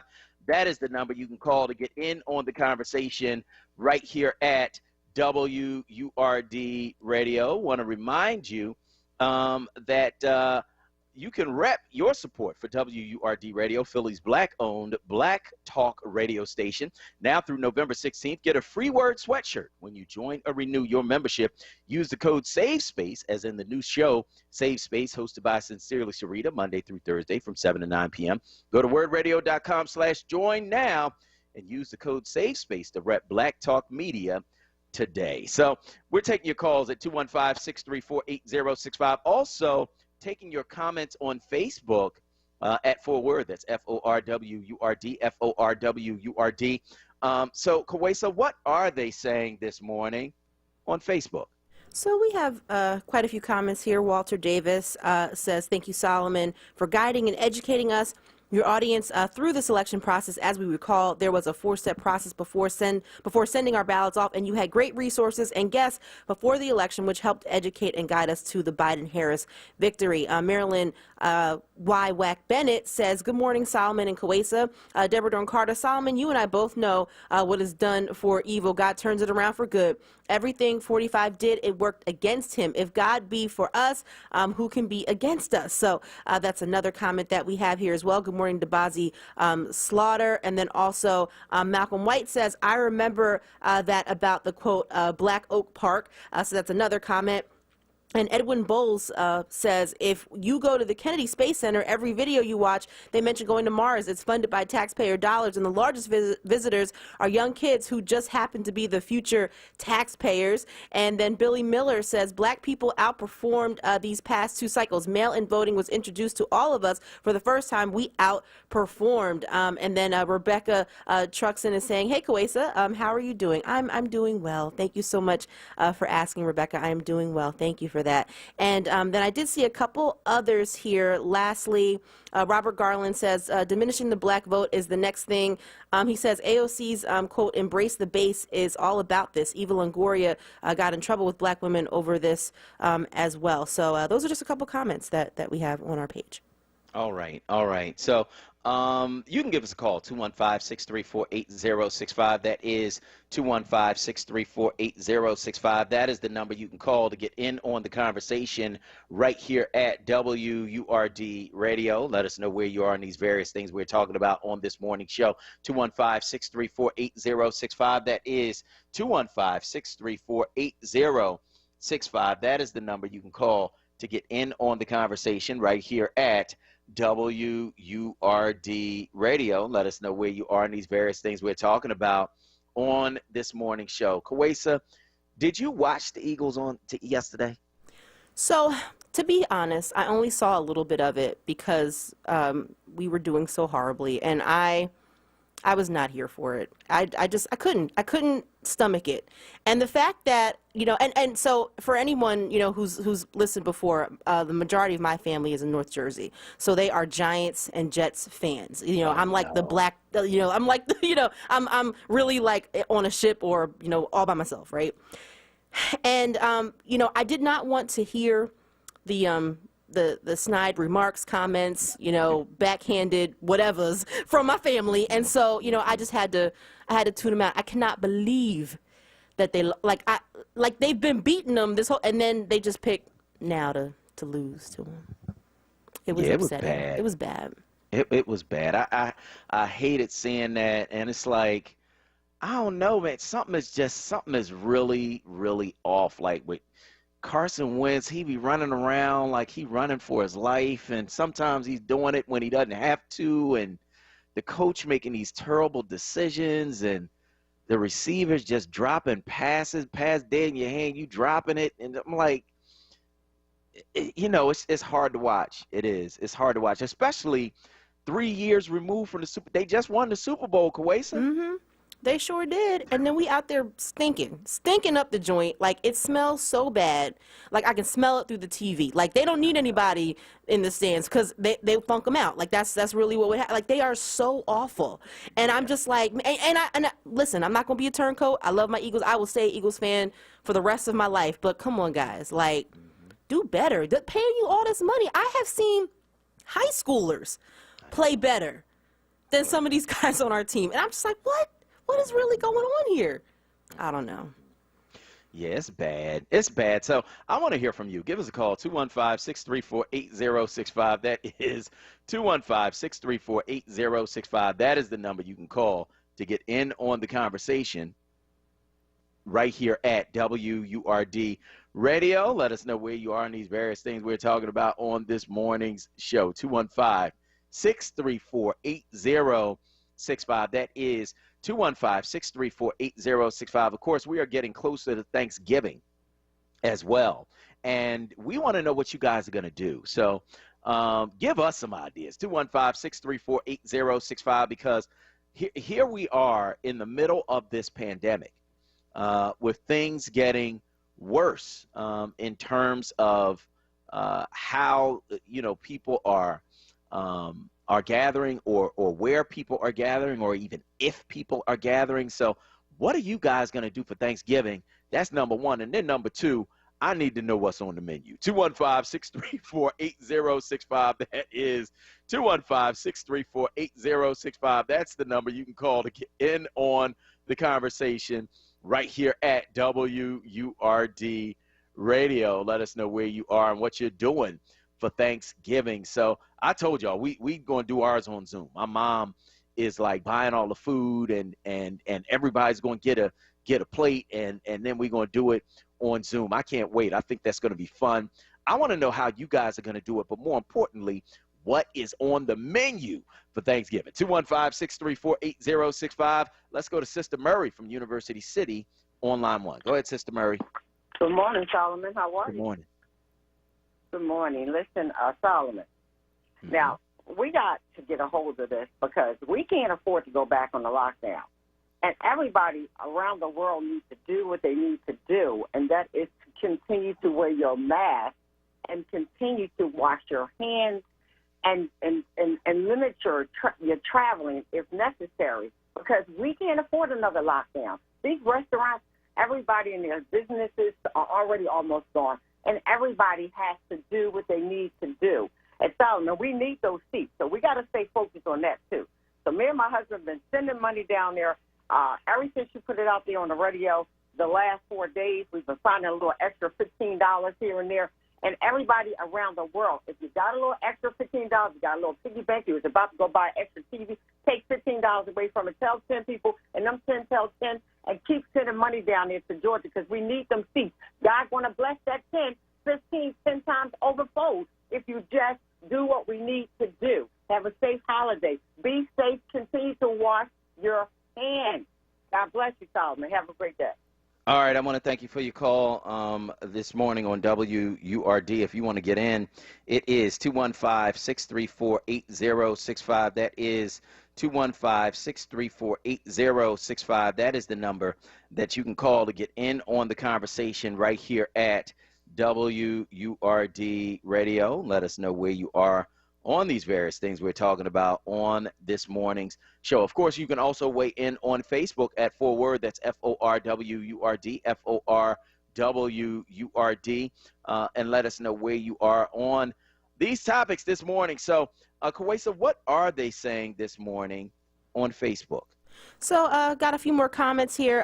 Patrick Duff says, watching the Eagles get beat by the Giants is like watching your brother get beat up on TV. It's true. Like, it hurt. It really hurt. Melissa Brunson, the Eagles lost a whole bunch of role players after the Super Bowl victory. They have been rebuilding since the season after. I hear you on that. I've been a diehard Eagles fan since I was 11 or 12, so I'm not hopping off their bandwagon. I also think Carson needs a sports psychologist. Think about it. He was on the MVP track that year. Then St. Nick got us the Super Bowl. That had to F his mind up a little bit. So that's another comment. Tia Hicks says, yes, Kuwait and Solomon, watching the game really upset me. Both teams have been dropping balls, but our Eagles played poorly. And Valerie Jones says the Eagles need Nick Foles. So those are a couple more comments that we do have on our Facebook page. You know what? I just thought about yesterday, Nick Foles, too, because watching Carson Wentz running around and just messing up plays when he don't have to. Like, what?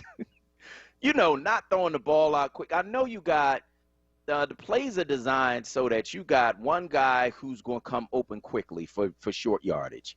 You got somebody else who's going to come open after him, and then you got somebody else who's going long.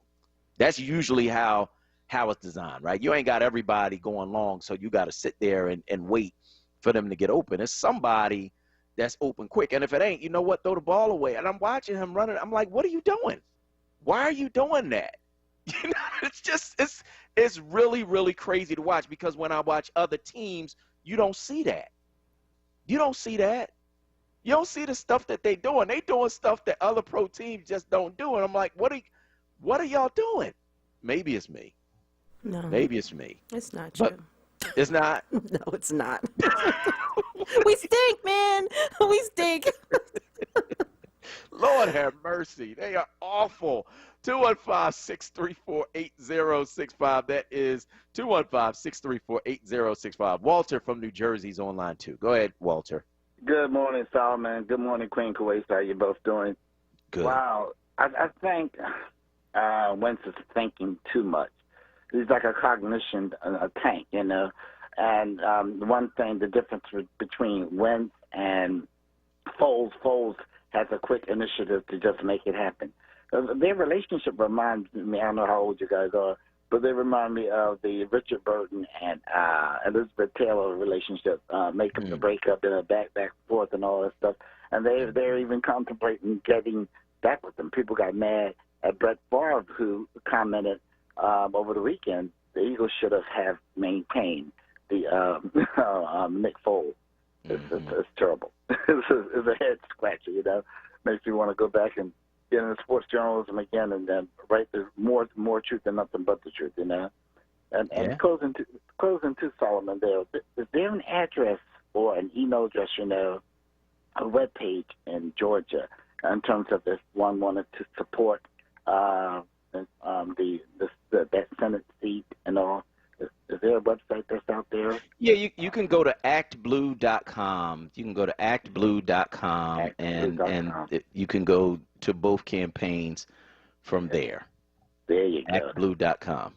We're blessed to have you. So thanks again. Thank you for your knowledge, as I expressed earlier, because without what you were teaching us, and I'm not too much in politics, Solomon, and all, without you teaching us, that I strongly believe that election would not have gone the way it did. You gave us knowledge and all. We greatly appreciate you and WURD. Thank you. Thank you so much. I appreciate that. And thank you for your call this morning on WURD Radio. Let's go back to the phone lines and talk to Olanian from Nicetown on line 3. Go ahead, Olanian. Good morning. I didn't see the whole game. I came in after I got out of the gym, and maybe we'll beat them in New York next time. Whatever. My real thing that I call about is how can the president be removed? What do you think it's going to take to get him out of his house or that house? You're going to have to drag him out. He's going to have to be dragged out like this dude. He just feel like he ain't got to leave. Like, nah, dude, you're going to have to leave. There was a slugfest in D.C. where Bugle boys or whatever were having problems with people of Black Lives Matter and stabbings and whatnot. So this is really a Trump type of situation. Yeah, it's really unfortunate, man, and I want to thank you so much for your call this morning on WURD Radio. 215-634-8065, of course, is the number that you can call to get in on the conversation right here at WURD Radio. We are going to go to break, and on the other side, we're going to talk with Dr. Naima Benson from Senior Dedicated Medical Centers. on the other side of this break. I'm Solomon Jones. We'll be right back. COVID-19 impacted a lot of things this year, including regular vaccination appointments. Vaccines help protect you and everyone around you, especially during flu season. Schedule an appointment with your healthcare provider today to make sure you and your children are vaccinated. Vaccines keep us safe, and they work. Skip the flu this year. Get your vaccination today. Let's stay protected together. For more information, visit health.pa.gov, paid for with Pennsylvania taxpayer dollars. Did you know you can catch the flu and COVID-19 at the same time or even back-to-back? Don't risk catching the flu during the COVID-19 pandemic. The flu shot is a safe and effective way of reducing your chances of catching the flu or spreading it to others. And the flu shot helps protect you and your community from the worst effects of the flu. Don't say, I should have got my flu shot. Call your doctor or visit your pharmacist and get your flu shot today. The WURD Radio newsletter. Keeping you informed, engaged, and connected. Sign up by visiting wordradio.com. Scroll to the bottom of the page and type your email address under Connect with Us. You'll receive the latest information on WURD Radio. Messages from our president and CEO, Sarah Lomax Reese. Exclusive articles and multimedia content and resources. Stay informed with the WURD Radio newsletter. It's Wake Up with WURD, hosted by Solomon Jones. Good morning. Right now on WURD Radio. 96.1 FM. And 900 AM WURD.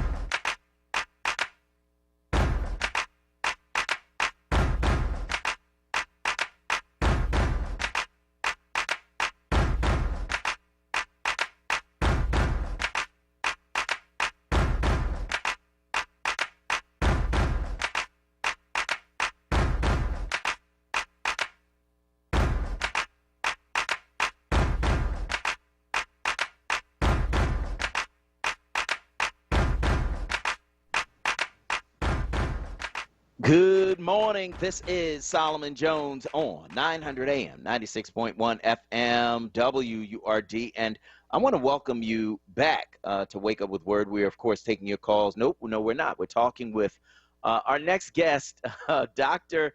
Naima Benson is joining us. She's from Dedicated Senior Medical Centers. And she joins us to talk about how seniors can further protect themselves during this coronavirus pandemic. Dr. Benson, good morning. Good morning, Mr. Jones. How are you? I'm fine, and you? I'm doing well. So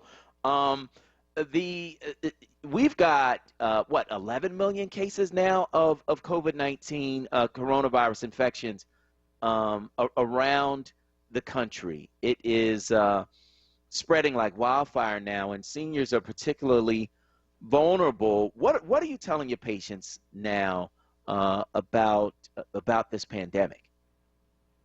One of the main things that I'm focusing on right now is ways to consistently stay safe. I think my seniors are doing a good job of wearing a mask, washing their hands, and staying a distance from people when they're outside. What's been difficult, because this has been going on for a very long time, is what people do when they're around friends and family. People feel the need to be connected. They want to be close. So when they're with their friends and family in general, that's when they don't have a mask on. And so what I'm really reinforcing with my seniors, with my family and friends, is the importance of loving each other with wearing a mask. So what we're seeing is that, again, friends and families are the ones that are spreading it to each other. It may be a family member that's going out to work consistently, and that's the one who's bringing it home to, their seniors. Or maybe it's a friend or a church member, somebody that they don't get a chance to see very often. And, again, people want to be close. So they take their mask off, they embrace, they sit close, they eat. The one thing we're talking about is what do we do in this holiday season, in this fall season, where people like to get together inside. Again, If you're not with people who are in your household, you want to wear a mask consistently. If you're eating together, you have to be very cautious about the distance you are from each other. Everybody needs to be 6 feet apart, which in most households, on most dinner tables, that's not feasible to have more than 2 people. So for the holidays, I'm suggesting that people stay at home, celebrate with your household. If you're inviting people into your house, keep that to a minimum, and please ask them to wear a mask.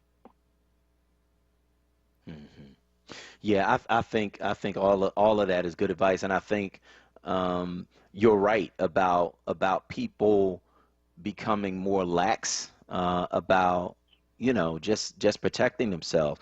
I'm curious, given that it's fall and this is when these types of viruses, right, cold and flu, and I would assume coronavirus, given that it's the same type of virus. This is the time of year when these type of viruses spread. What should we be doing in the fall, especially when we're dealing with this spike? You are absolutely correct. This is the time of year we expect for viruses like the coronavirus, which is part of a family of viruses, many of which is called the common cold, but also the flu circulate. One thing that I would suggest is if you haven't already, please go out and get a flu shot. The worst thing that could happen is for your body to have to endure both the flu and COVID in the same season. Either one of them can be severe enough to put you in the hospital with severe complications of, respiratory distress, or even kill you. So a flu shot would allow your body to fight off the flu as soon as you're exposed, keep you from getting severe symptoms. So that's one way you can protect yourself, specifically from one of the other dangerous viruses that's circulating in the community. And the other thing I would say is that this time is when you want to be the healthiest possible. So if you know that you have chronic conditions, and we know that there are certain ones that will predispose you to getting severe disease from either flu or from COVID. If you know that you are somebody who has chronic heart disease, chronic lung disease, chronic kidney or liver disease, if you're somebody who's diabetic, has high blood pressure, if you've had a prior stroke or are in treatment for cancer, you need to be consistently treating yourself. Make sure any medications that are being prescribed to you, that you're taking them correctly, that you're following up with your primary care provider and any specialist consistently to get new guidance on what you need to be doing to care for yourself. And I would say if that you're feeling ill in any way, please stay home, but then reach out. Reach out to your primary care provider so that we can help you through it. Mm-hmm. Mm-hmm. I'm curious, and I've kind of been through this, but I think to talk to our audience about it, I think is important. If somebody in your house is sick with COVID, what should you do? The first thing is to recognize that you yourself could potentially be exposed. So if your loved one is presumed or confirmed to have the virus associated with COVID-19, you need to quarantine for the next 14 days. And that's because we know that after exposure, it can take up to 14 days for you to actually have symptoms. Now, yes, many people may start to have symptoms between the first 4 and 5 days, but it can take up to 14. So while you're at home, you want to monitor yourself for all symptoms of COVID-19. So let's just review. Fever and chills, cough, runny nose or congestion, sore throat, nausea, vomiting, diarrhea, loss of taste or smell, body aches, headache, and certainly if you're having the more severe symptoms of shortness of breath, chest pain, confusion, or a change that would indicate that your oxygen level is dropping, a change in the color of your lips. If you have any of those symptoms, then you need to reach out to your primary care provider, again, for guidance and treatment. And then in terms of taking care of your loved one, you have to realize that while you're quarantining, they need to be isolating, meaning they need to be kept separate from the other people in the household to keep them from getting everyone else sick. So if possible, they should have their own bedroom or bathroom, and they're going to need a lot of care and supervision. So, as being the well person in the household, you're the person who's going to be their go-to, their advocate. So you may be the person who's reaching out to their primary care provider to give them updates and to form a plan on how to assist in their healing. If possible, try to use some type of video so that you can keep track on how they're feeling frequently. It makes a difference when somebody is not feeling well, just to get a love call, a check to make sure that they're doing okay. And then if you need to be in the same room with them, make sure if you're within 6 feet that you have a mask on. And any common areas that they may be using are cleaned down on a daily basis. And so in terms of someone being sick with COVID and, they're convalescing at home, at what point do you see a turn where you need to call 911 or get them to the hospital? There are warning signs that things are starting to, just like you said, take a turn. So if you were previously just having a mild cough, but now you're short of breath, if you're now having chest pain, if as the loved one, you notice that your loved one is confused, less likely to stay awake for, let's say, a few minutes or even any, significant period of time, or if you notice a change in the color, like I said, but specifically the color of the lips, it looks kind of bluish in hue. And these are all warning signs that something bad is taking place, and you need to reach out right away to get emergency assistance.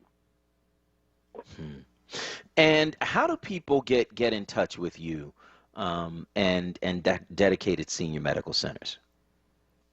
We have multiple centers in the city. I'm in the North Philadelphia office on 21st and Lehigh. You can reach us at our telephone number, 267-866-7211. Again, that's 267-866-7211. And if you're just interested in hearing some information or reading some information about Dedicated and what we can do for you, take a look on our website, www.dedicated.care. All right. That is Dr. Naima Benson from Dedicated Senior Medical Centers. Dr. Benson, I want to thank you so much for joining us this morning on WURD. Absolutely. Thank you for having me. Have a good day. All right, you too. So I want to hear from you. Give us a call, 215-634-8065. That is 215-634-8065. That is the number you can call to get in on the conversation right here at WURD Radio. Let us know where you are in these various things we're talking about on this morning's show, 215-634-8065. You can, of course, also weigh in on Facebook at ForWord. That's FORWURD, FORWURD. And let us know your comment this morning. Of course, we're talking about a number of things, but let's get down to brass tacks. It's time to start talking about Thanksgiving. Now, I want to know what y'all going to do. We're going to probably do ours on Zoom, right, with our various family members. My mom has already gotten all the food. She's preparing all of that stuff, and she's going to deliver our food to us, and then she's going to have her food, and we're all going to, eat in our separate homes and do it on Zoom. It should be fun. So I want to know how you guys are going to do it, but more importantly, I want to know what's on the menu. Give me a call, 215-634-8065. That is 215-634-8065. That is the number you can call to get in on the conversation right here at WURD Radio. Let us know where you are in these various things we're talking about. Of course, you can also weigh in on Facebook at ForWord. That's FORWURD, FORWURD. Kawesa, what are they saying this morning on Facebook? So we have a couple of comments here. Cheryl Brown is saying good morning to Dr. Benson, and Rebecca Truxton says, I love dedicated seniors. They are great. Gail Robinson, great information. Thank you so much, Dr. Benson. I just want to give a shout out to Cheryl Brown. She is always on the live just saying hi to everybody and saying good morning, and I just really appreciate it. So every so often, I just want to make sure that I'm giving a shout out to Ms. Brown, because you are so sweet and just welcoming everyone onto the feed. It's great. So I love it, and I just want to make sure that I give a shout out to you. So good morning to you. And then also we had a couple other comments as well. Veronica Smith, this was actually a comment from earlier.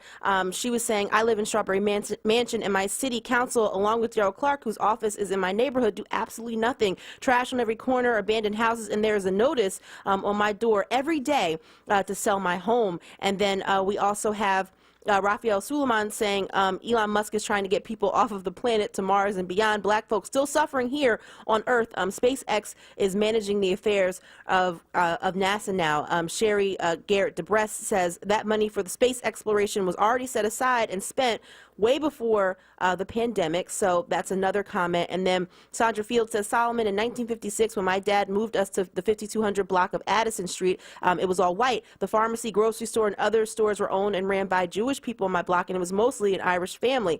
Changing the name of the Malcolm X Park, it was named Black Oak Park. It had a working water fountain and bathrooms. As blacks moved in, all these things disappeared. So those are a couple of comments that we have here. Lastly, Casa, who was saying the developers make money, the city makes money, and the homeowners are not even at the table. So those are a few comments that we have.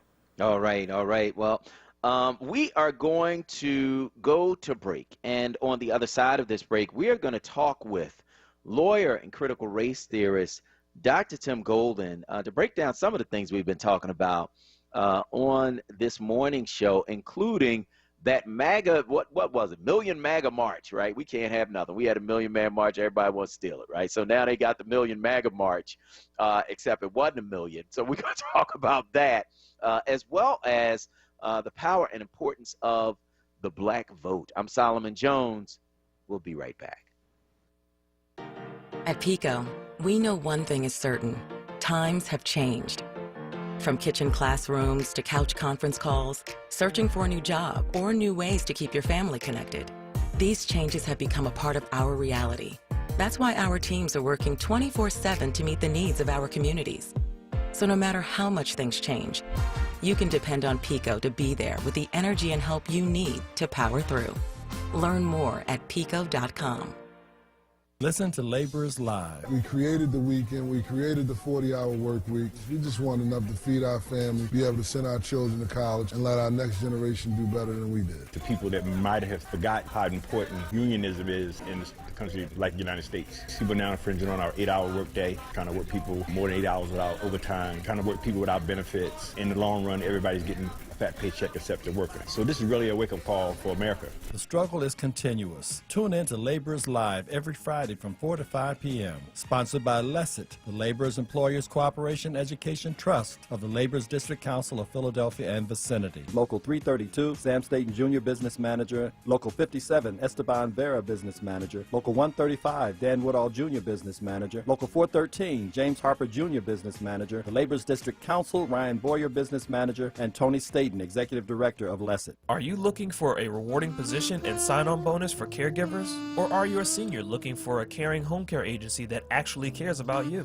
Abington Care is here to serve you. At Abington Caregivers, you come first. Call them today at 215-600-3434 for all your home care needs. They service Philadelphia, Bucks, and Montgomery County. 215-600-3434. Abington Cares.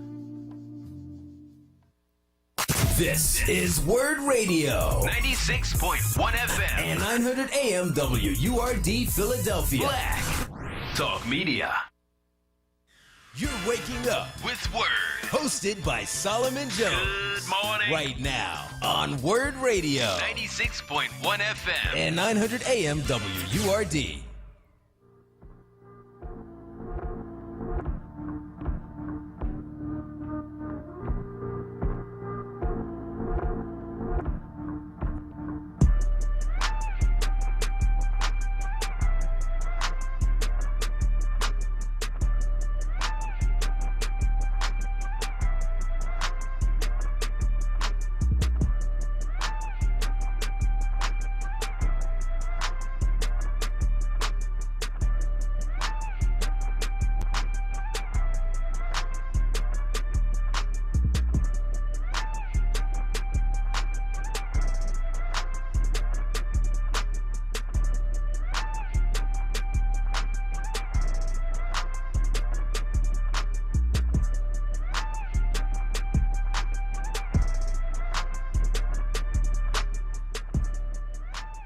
Good morning. This is Solomon Jones on 900 AM, 96.1 FM, WURD, and we're back with Dr. Tim Golden. He is Professor of Philosophy, Legal Studies Program Coordinator, and Director of the Donald Blake Center for the Study of Race, Ethnicity, and Culture at Walla Walla University for 20 years. He was a criminal defense attorney in Philadelphia and in the federal courts. Tim, good morning. Good morning, Solomon. Thanks so much for having me this morning. Good to be with you. Yep, good to be with you too. Now, first we got to get our morning out of the way because the Eagles lost to the Giants. We talked about this, Tim. We talked about this, man. Solomon, I have no words for it, man.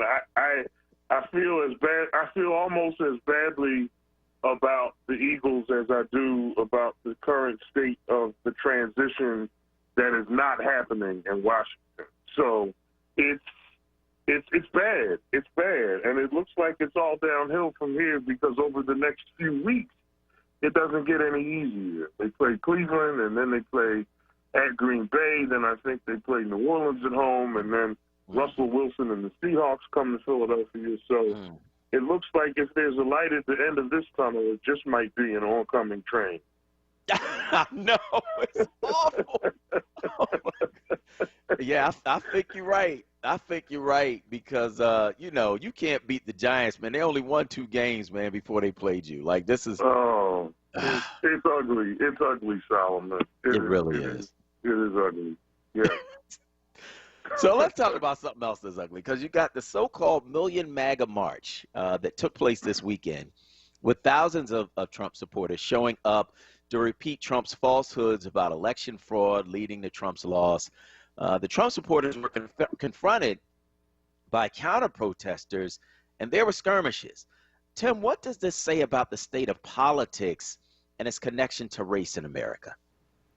Well, Solomon, I think what it tells us about the state of politics is, as you can hear almost any pundit say nowadays, is that we are a country that's deeply divided.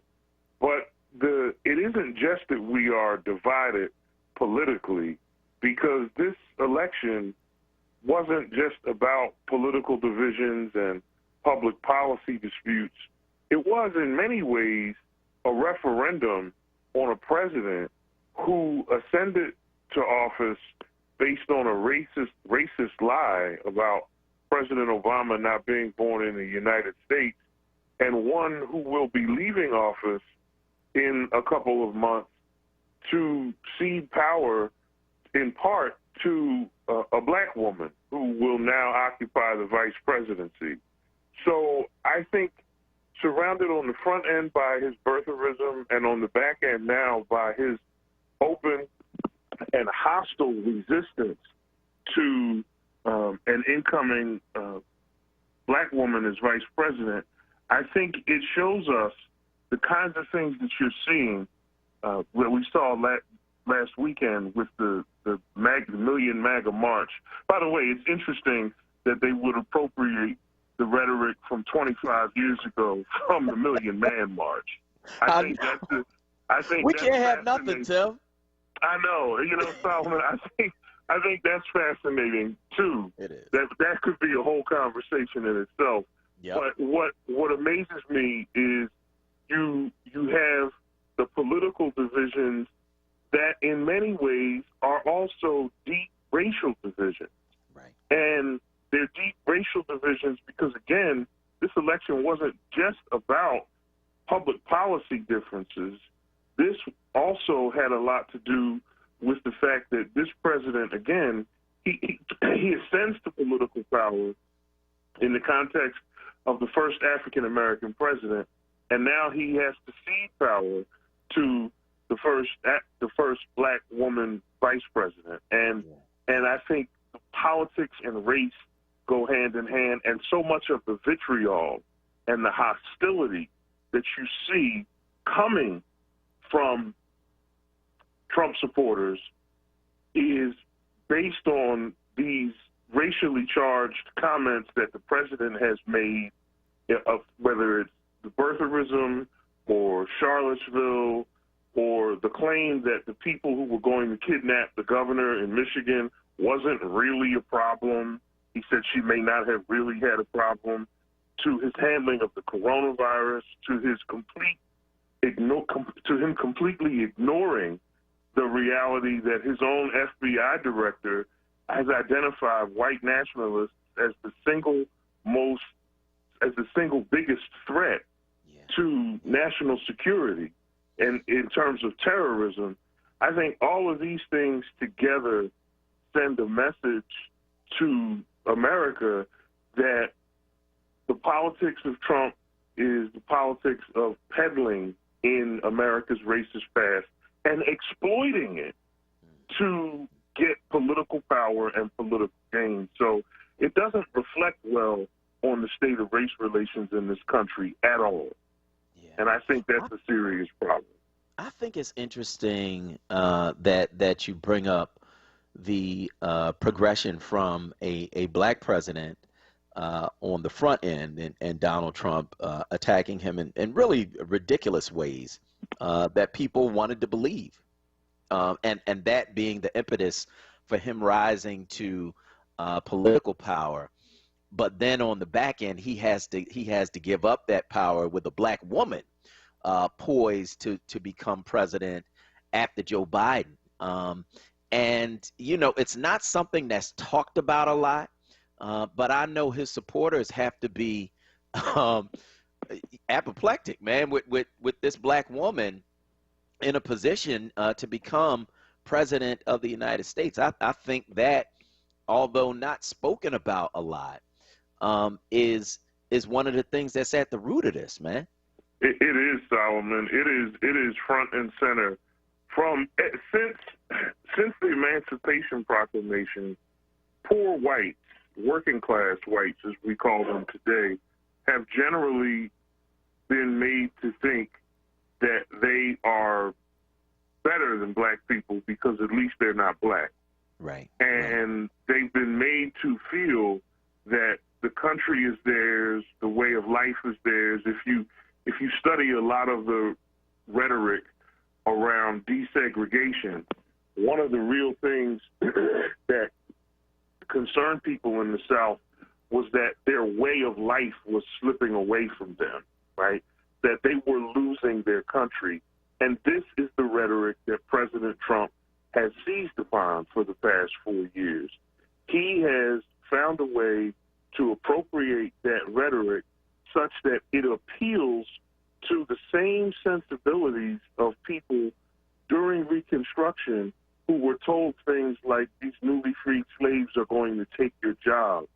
And what's even more disturbing is when I hear African American women and men who supported Trump saying that same thing, saying things like, well, it's easy to understand why I support Trump because you got immigrants that'll come here and take my job, and now I don't have work. And they sound sort of like the poor white folks who are afraid that they're losing their country. So black Trump supporters notwithstanding, there is a rhetorical appeal to white supremacy and racial divisions that have plagued this country since its inception. And there's no greater fear of many white Trump supporters than to see the presidency of Barack Obama on the back end and the impending vice presidency of Vice President-elect Kamala Harris on the other as evidence that they are losing their country. Their way of life is now gone, and they see themselves as slipping into being irrelevant, and it creates great anxiety, great anger, and great hostility, and that's the kind of thing we're seeing in these protests. And this is why, Solomon, in part, I think, this is why the denial of the election results is so strong. The same way that the birtherism denial of Barack Obama's citizenship was so strong, because a black person can't possibly legitimately ascend to either the presidency or vice presidency of the United States. Yeah. I think it's fascinating, man. And I guess the question I have is, what does way of life actually mean? Like when people start talking about our way of life as being threatened, what does that actually mean in your view? I think what it means, in my view, Solomon, I think what it means in the views of white people is that for them, they've always derived a certain degree of security in their whiteness, in being white. Whiteness has a certain currency to it. It has a privilege that comes along with it. And here you're talking about a country that's more than 200 years old that in its history has had only one black president and will have one black vice president. But somehow the presence of those two people in the midst of all of the other history is seen as a threat. You know, there's a saying among a lot of folks that do anti-racist work that when you're privileged, the least little sign of equality feels like oppression. Yeah. And I think that's one of the things that you see happening here. So when someone says, so when President Trump says we're losing our great country, or our country is slipping away from us, that is meant to signal to whites, to a lot of whites who support him, that this idea that America is somehow made for me is now changing. That it's not made for me. What do you mean? You're going to take down my monuments? You're going to remove all of my history? And their history and their identity they see as threatened. And they see it as threatened because of the presence of two people who have occupied the highest positions in the country. So I think that whole idea of losing something, of losing oneself, of losing one's country is deeply connected to notions of privilege that they feel are slipping away. We're talking with lawyer and critical race theorist Dr. Tim Golden about the Million MAGA March, what that says about America. And I think you brought up an excellent point, really an excellent segue, because none of this is possible without black voters, right? And so you had a USA Today columnist named Suzette Hackney make a very interesting point. She said that in playing a major role in Joe Biden's victory, black voters steered America toward moral clarity. Do you agree? And if so, what should America do next? Well, I think I read Suzette Hackney's essay, and I do tend to agree with her. And the reason why I agree with her is because her claim that black people have steered in the direction of moral clarity finds support in so many of the blatantly immoral things that President Trump did, right? So from birtherism to there's fine people on both sides, to the failure to come out and unequivocally condemn white nationalist terrorist groups, to the failure to have any meaningful policy initiatives or directives to a Justice Department that has identified these groups as the number one threat to national security in terms of terrorism. At every turn, Solomon, President Trump has treated white supremacy with a certain level of priority, and that implicitly means that black agendas have been driven to the back. And the people who support President Trump, the black people who support President Trump, support him on issues that overwhelmingly benefit white people. So there's one black guy who she interviews for the article who says, well, I support President Trump because of gun rights and immigrants taking my job and so forth. And those are all things that really only matter to that the president will support, not because they matter to you, but because they matter to the poor whites who support him. So it isn't as though the president is addressing anything that is unique to the black community. And so I think that when she says that black voters steered the country toward moral clarity, she's right about that. And she's saying that they sent a message to the country through their votes for Joe Biden that this idea of what in the world do you have to lose is a very racist idea, because what did Donald Trump do to alleviate any of the conditions that he talked about 4 years ago when he campaigned and made that statement? He said your schools are failing. Are inner city schools any better off because of any of President Trump's education policies? He talked about crime. You know, one of the talking points of the Trump campaign has been Democrats control big cities, and those cities are falling apart. Well, it may be true that certain cities are under Democratic control, political control, Democratic leadership. But the question I have is, would they be any better off under Republican leadership? Can you say that? And if so, what are the policies? I heard you earlier talking about gentrification, right? This whole idea of opportunity zones, the rhetoric of giving businesses tax breaks to come and make investments, so to speak, in inner city communities is really just a euphemism in many ways for gentrification. So what? I mean, what is there? What is so morally redemptive about a Trump presidency for African Americans? So I do agree with Suzette Hackney's the premise of her essay, which is that by overwhelmingly voting for Joe Biden, black people sort of signaled that they're rejecting the Trump rhetoric. And I would say, in terms of where do we go from here, I think there has to be a continued level of political engagement from our community that has to extend far and beyond this presidential election.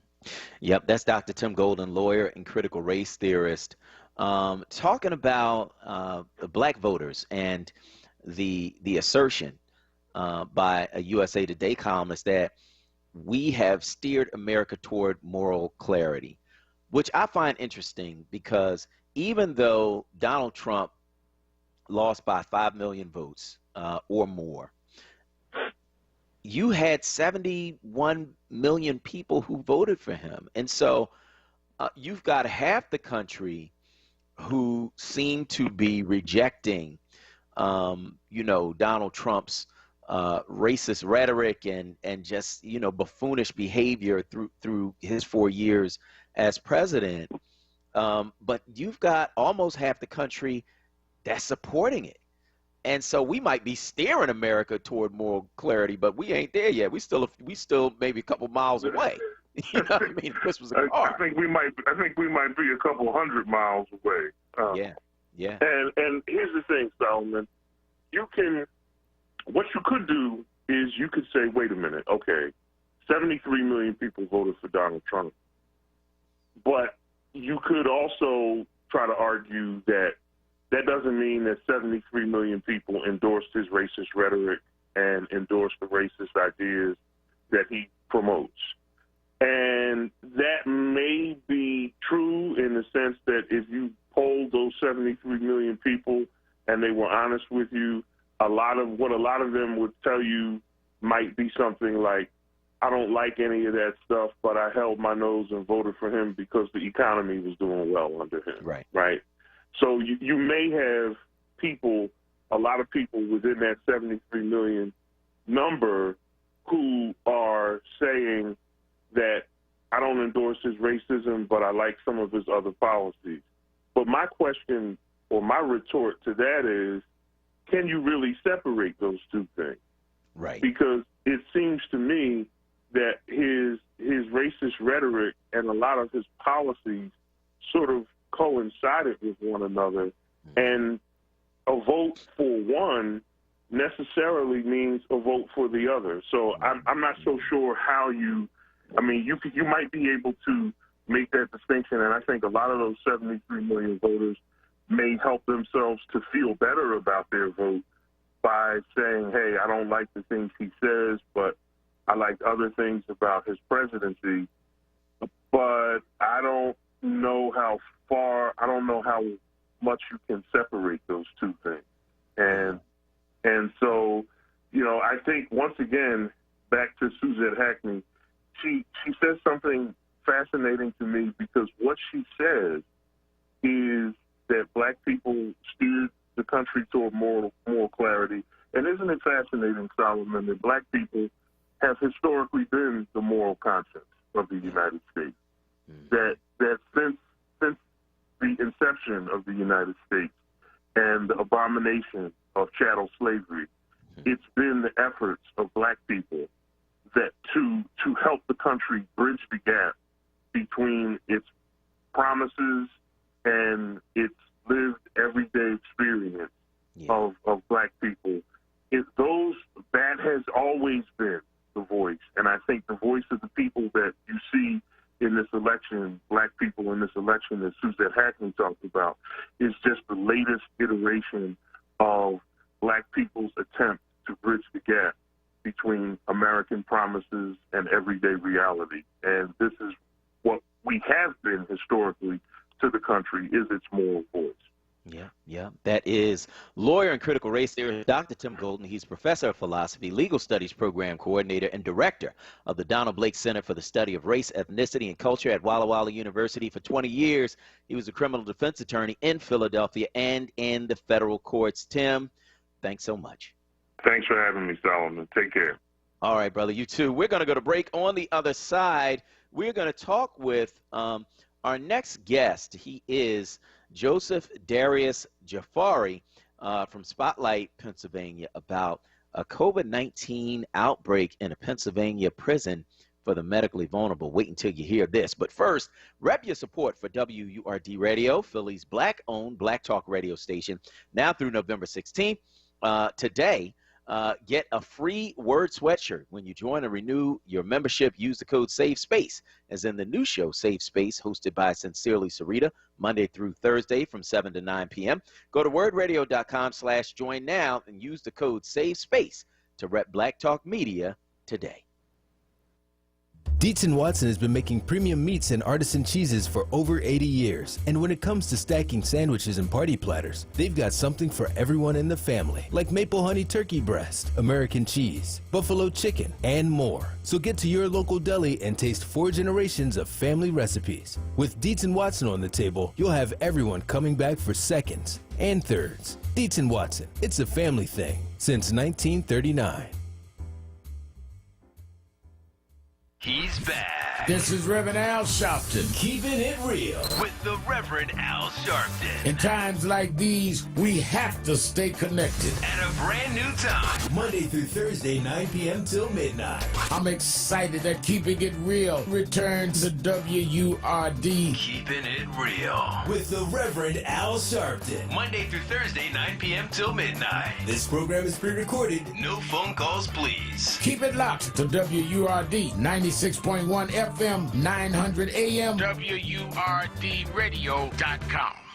Millennials are known for many things, but did you know that they are currently on track to have worse mental and physical health than the generations that came before them? The Economy League of Greater Philadelphia is challenging our communities to change that with the Well City Challenge. This community-led competition puts the power in your hands to help shape how we address major health challenges across our region, with an emphasis on inclusion and collaboration. So if you care about the health of your community, bring them innovative ideas they need to turn this challenge into opportunities for the millennial generation. Visit economyleague.org to apply today for a chance to compete for $100,000 in prizes and investments. The Well City Challenge is presented by Independence Blue Cross. Back by popular demand. It's Wake Up with WURD, hosted by Solomon Jones. Right now on WURD Radio. 96.1 FM. And 900 AM WURD.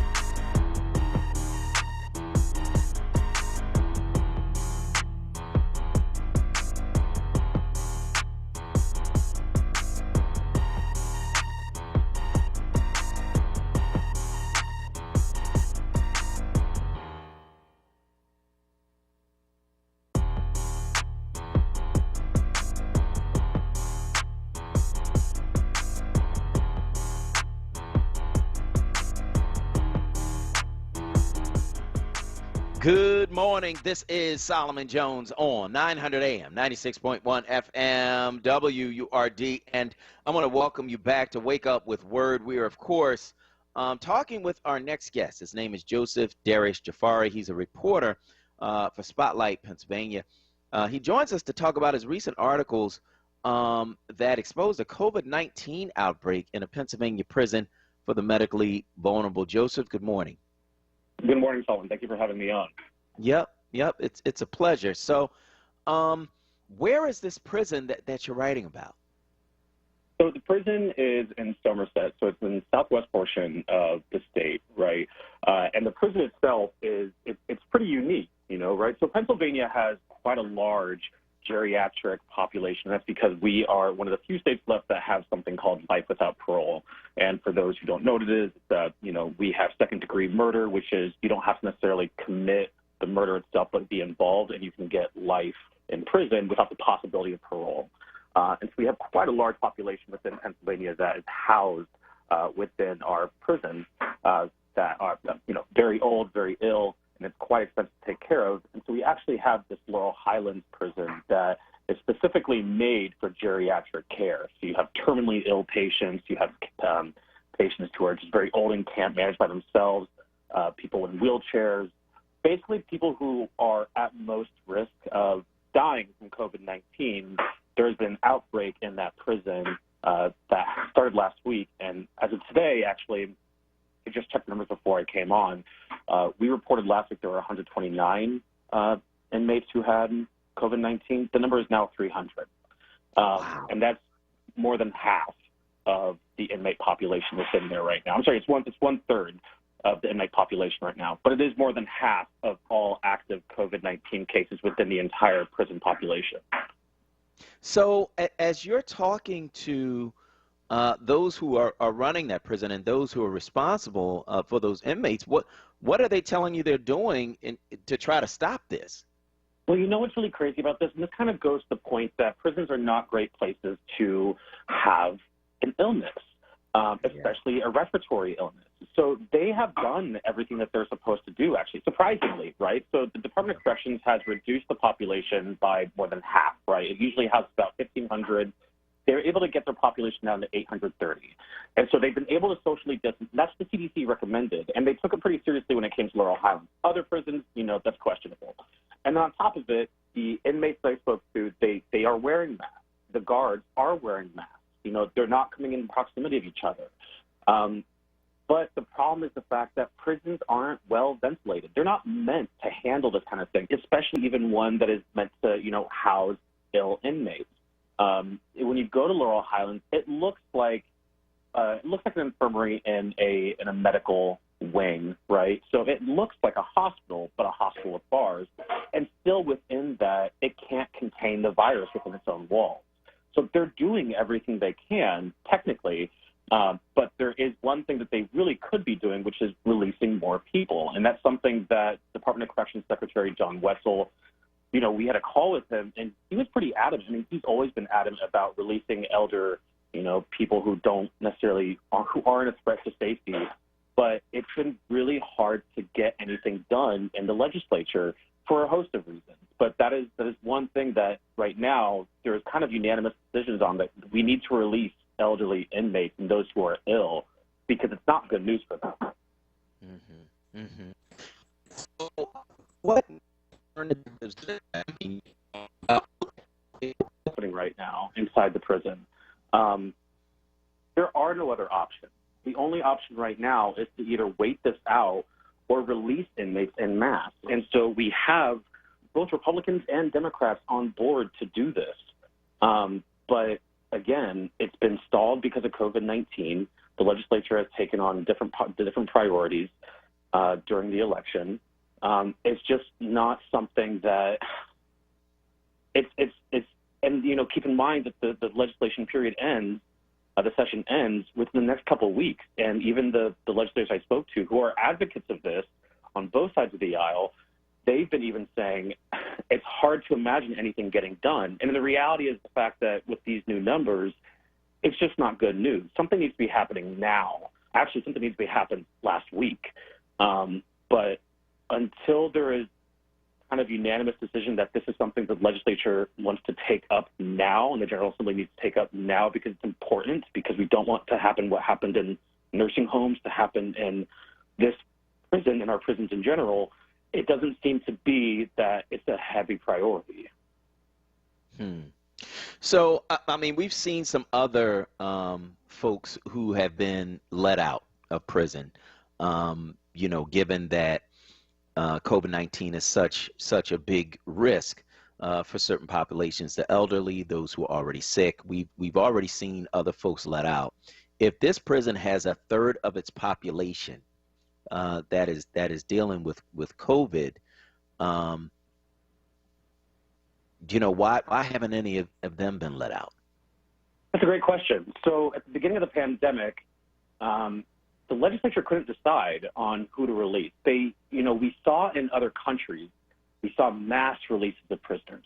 We saw, Iran release their prison population by half, more than half. We saw the UK release a number of prisoners. I think like a third or a fourth of all their prisoners, just release them because they recognize the fact that prisons are not great places to be during a respiratory pandemic.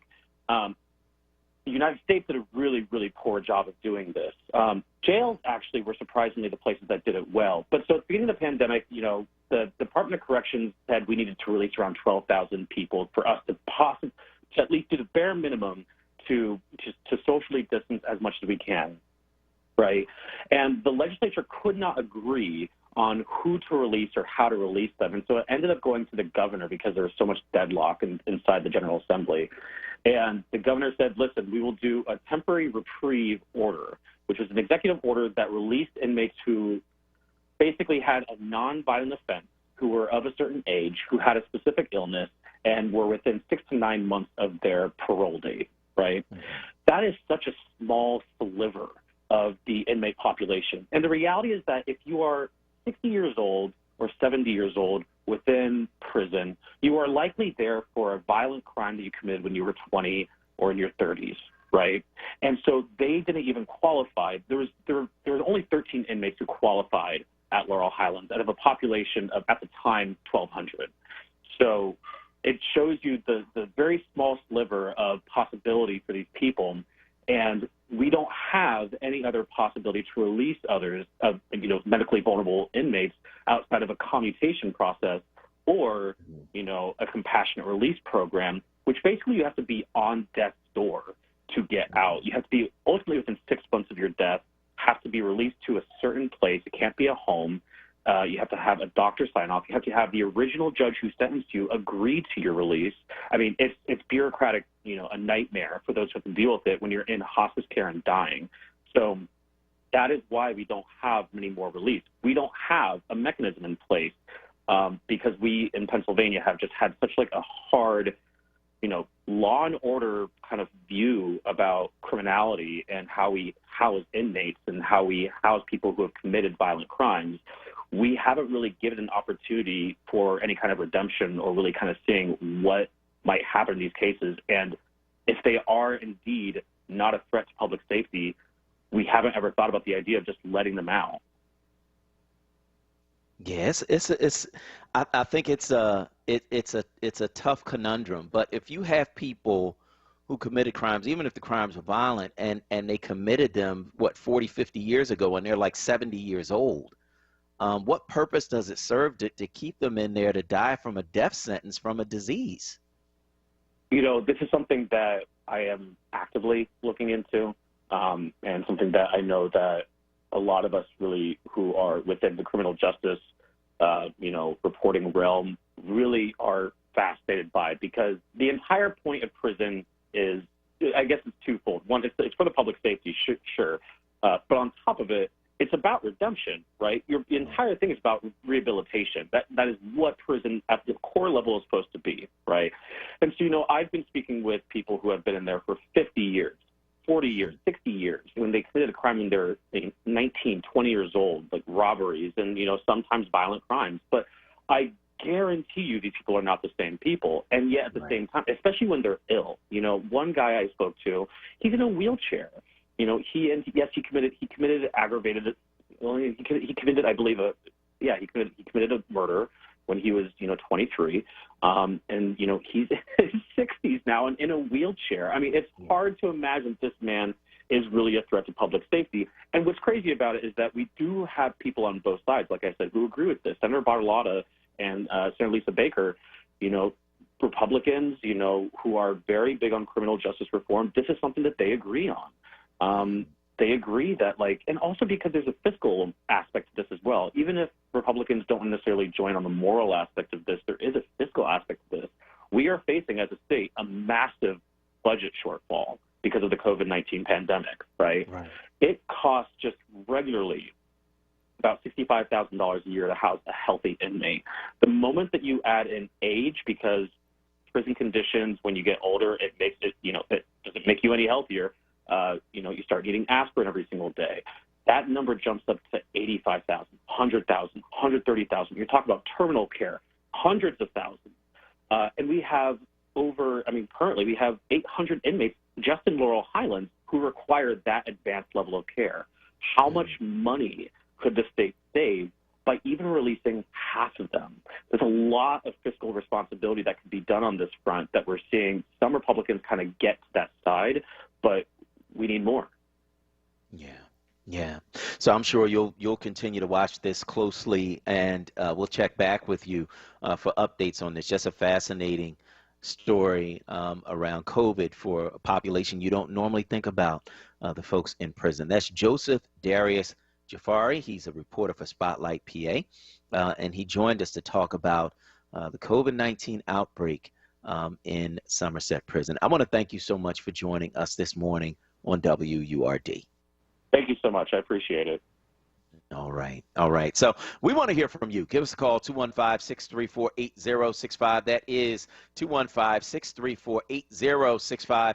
That is the number you can call to get in on the conversation right here at WURD Radio, and let us know where you are in these various things we're talking about on this morning show. And I want to know what you guys are going to be doing for Thanksgiving, but more importantly, what's on the menu, because I'm greedy and I like to talk about food. 215-634-8065. That is 215-634-8065. That is the number that you can call to get in on the conversation right here at WURD Radio. Let us know where you are in these various things we're talking about. Of course, you can also weigh in on Facebook at ForWord. That's FORWURD, FORWURD.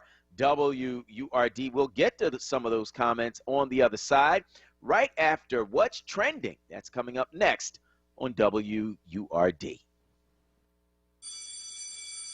What's up, Philly? It's Solomon Jones. The school year is underway, but never before has that experience come in so many shapes and sizes. Is the education of your child being left to a smattering of clumsy, in-person, and virtual instruction? The COVID-19 crisis has created a market for untested virtual teaching models lacking true credibility. Maybe it's time to reconsider and check out Commonwealth Charter Academy. Here are the benefits to your family. 1. An online education provided at no cost to you, complete with laptop, headset, and help with internet access. 2. Partnership with the market leader in cyber education with a nearly 20-year track record of world-class learning. 3. Delivery of a safe, reliable, and comfortable education experience over the internet directly to the confines of your living room. Visit ccaeducate.me today and discover the gold standard of cyber education. That's ccaeducate.me. Save the date. Friday, December 4th from 1 p.m. till 4 p.m. for the 4th annual WURD Empowerment Experience. And this year, the virtual and on-air event will be extra special as we celebrate the career of radio veteran Cody Anderson and discuss the importance of independent black media. For more details about the 2020 WURD Empowerment Experience or to RSVP, visit WURDradio.com and stay tuned to WURD Radio. 96.1 FM and 900 AM WURD. WURD Radio presents the following wellness tip to support our listeners with mindfulness and motivation as we continue to navigate the pandemic together. Hi, this is Halana, your resident health and wellness coach, with tips to help you stay well. Many of us have heard this term before, but may not know what it really means. Compassionate living brings mindfulness and peace to the center of your daily life. Compassionate living can look like this. Number 1, be gentle with yourself and those around you. Number 2, choose to speak kindly to others, even when you're upset. Number 3, become a good listener and practice empathy at home and at work. We sometimes think in order to live with compassion, we have to become someone else. Not so. In fact, allowing peacefulness to be at the center of our daily interactions is something we can practice every day. Go ahead and try it today. Stay well with WURD. Happy living. Stay well with WURD. Connect with us at wordradio.com. Lifting every voice till earth and heaven ring. This is WURD Radio, 96.1 FM and 900 AM WURD Philadelphia. Black Talk Media. Backed by popular demand. It's Wake Up with WURD, hosted by Solomon Jones. Right now on WURD Radio, 96.1 FM and 900 AM WURD.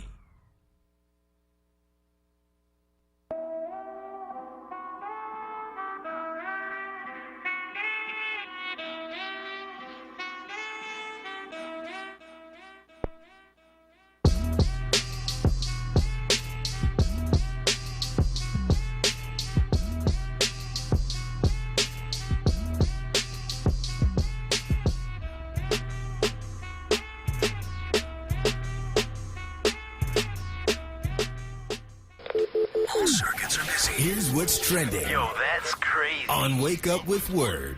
Cori Bush, a first-term congresswoman recently elected to the House to represent Missouri's 1st District, showed up to Congress on Friday wearing a mask bearing the name of Breonna Taylor. But according to Bush, her Republican colleagues appeared to not even know who Taylor was. Instead, they seemed to think the mask meant that Breonna Taylor was Bush's name and so called her by it.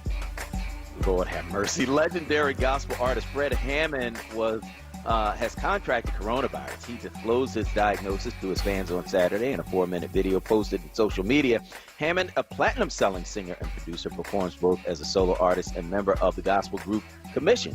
His work has inspired the genre's contemporary evolution over the past several decades. And Terry McMillan's best-selling novel, Waiting to Exhale, will be adapted for the small screen, the author announced. The novel was famously made into a romance movie of the same name starring Angela Bassett, Whitney Houston, Loretta Devine, and Layla Rashawn. A number of McMillan's novels have been made into movies, including How Stella Got Her Groove Back. Lee Daniels is set to produce the project, McMillan said, and that is what's trending. All right, that's what's trending right here on WURD Radio. You can, of course, give us a call and weigh in at 215-634-8065. That is 215-634-8065. That is the number that you can call to get in on the conversation. I remember the movie Waiting to Exhale, and the guy who is now the safe driver, save less, or whatever, like the insurance guy. He was one of the men in the movie. You remember that, Kwesa? I do. Dennis Haysbert, I think is his name, but yeah, no. And it was a good movie. He played his character was raggedy though. Actually, a lot of them were. But that was his job. Yeah. He did it well. He did it well. He played his role. But yeah, I thought the movie was great. And here's the interesting thing. Go back and watch that movie. Look at Angela Bassett then and look at her now. She hasn't changed. Like, she looks exactly the same. Kwesa, black don't crack. I'm trying to tell you. Yep, you absolutely right. Angela, oh my gosh, she is gorgeous. Beautiful. Yeah. I love Angela Bassett. I really, really do. So, yes, she is stunning. She was stunning then, but she's even more stunning now. And you're right. Black don't crack. Black really don't crack. Black do not crack. So we appreciate that and looking forward to the series. So we want to hear from you. 215-634-8065. That is 215-634-8065. Of course, I've been asking about what's on your menu for Thanksgiving. It's time to start deciding that now. 215-634-8065 is the number that you can call to get in. And how are you going to do it? Given that we're dealing with coronavirus, my mother came up with the idea that, look, she'll cook the meals. she going to deliver them. I love my mother, man. Shout out to my mom, Carolyn Jones. She says she's going to cook the meals, she's going to deliver the meals, and then we're all going to eat on Zoom. She's already got all the ingredients. All of the food is already prepared. I'm sure my wife is gonna make her signature ham, so I'm sure that's going to happen.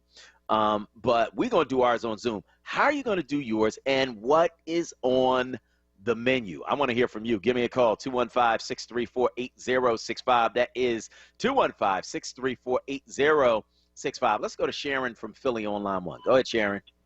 Okay. My name is Sharon Joy Schultz Campbell. I have a brother. His name is Russell Maroon Schultz. And I'm asking everyone to call the governor's office, 717-787-2500. He's an elderly prisoner now with COVID and inhumane conditions in DOC. And I'm asking for help for him.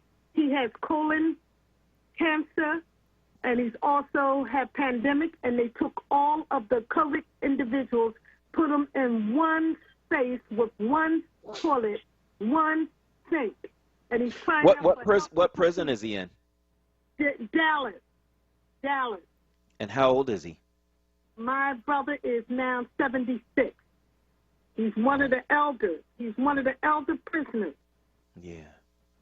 And we're crying out for help for him. He's in deplorable conditions.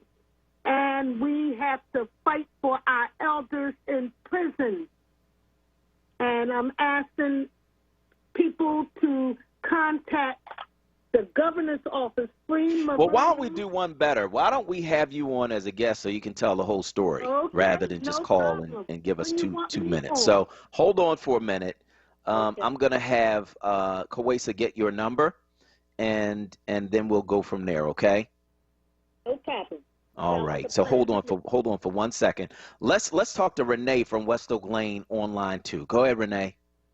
Yeah, good morning, Solomon Kawesa. Good morning. Yeah, I wanted to say about them always downplaying blacks, about the black vote, because we all know that black people have a great impact on America. Our ancestors building this country out of slavery for free service that made other people rich.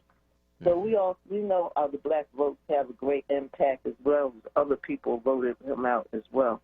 Sure. I wanted to say about this president. We also know that this president doesn't solve problems; he creates problems. That's what keeps him on his throne. Like, I don't know if you've seen The Wiz with Diana Ross, and the Wicked Witch was on the throne, but it was really a toilet. And when Diana Ross had pulled the fire extinguisher and the water sprinklers went off and the Wicked Witch winded up in the toilet and the lid shut down on her. So this is the scenario that I had with this president, with him being on his throne and the things that he would do and wouldn't do to stay on that throne. Like, so that's what I wanted to put out there about that so far as some downplaying black folks in America. All right, Renee. Well, I want to thank you as always for your call this morning on WURD. We certainly appreciate it. Let's talk with you. 215-634-8065. That is 215-634-8065. Of course, people are also weighing in on Facebook at FORWURD. That's FORWURD. FORWURD. That is where you can weigh in and let us know where you are in these various topics. Kawesa, what are they saying this morning on Facebook? So we do have a few comments here. Just trying to pull them up. Of course, my phone was acting funny. But one comment that we have is Kimberly Coleman saying, we'll be having lamb chops, garlic, mashed potatoes, maybe a roast, stuffing, asparagus, and maybe a 7-Up cake. We will not be doing a big dinner this year, and Jingle Jangle will be playing. So for anyone who's not familiar, Jingle Jangle is on, I believe, Netflix. It stars Forrest Whitaker, Felicia Rashad. I've been hearing great things about it. It's kind of one of those, cheesy Lifetime holiday movies, and so, when you have a chance, go ahead and support Black. But Mary Mellie Briggs, we can't change what they did to our ancestors, but we can change what they do to us and our offsprings. So that's another comment. that we have Shalada Sankofa. Good morning, Brother Solomon, Sister Kwesa, WURD family members, fans, listeners, and special guest speakers. And then we also have Gail Robinson saying, beautiful Solomon, I heard voice.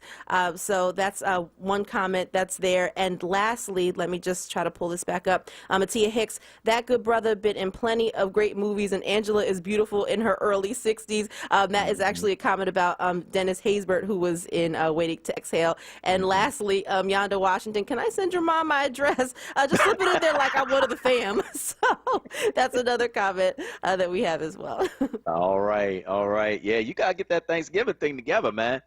You know what I mean? What's on your menu, Kwesa? Do you know yet? I mean, typically we do pretty much the same things every year, but, you know, we got to have greens. You got to have greens.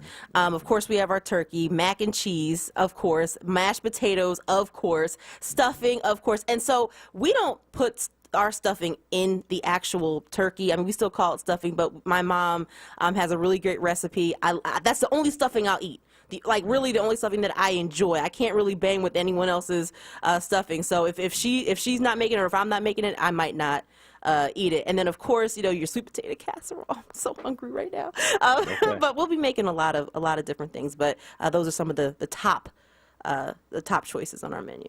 See, that's why I need to hear what other people do, because we do normally there's macaroni and cheese, there's potato salad, there is stuffing, there is turkey, there's fried chicken, there is glazed ham, there is what else? There are rolls, there's cranberry sauce. Of course, yes, there are greens.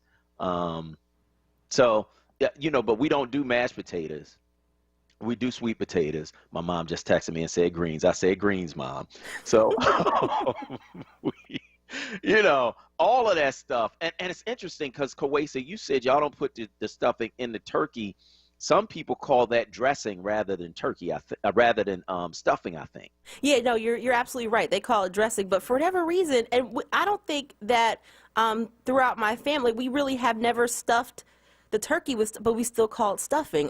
Usually when I hear dressing, I'm usually hearing it from, you know, my friends and family down south. They call it dressing. And so, you know, but we still call it stuffing even though we're not putting it in the turkey. And probably for, you know, good reason. If you don't cook the turkey all the way, you know, salmonella is a thing. So, but yeah, we do. I don't know why, but it's still stuffing even though we're not putting it in. Yeah, it's still stuffing to me too, because it all tastes the same to me.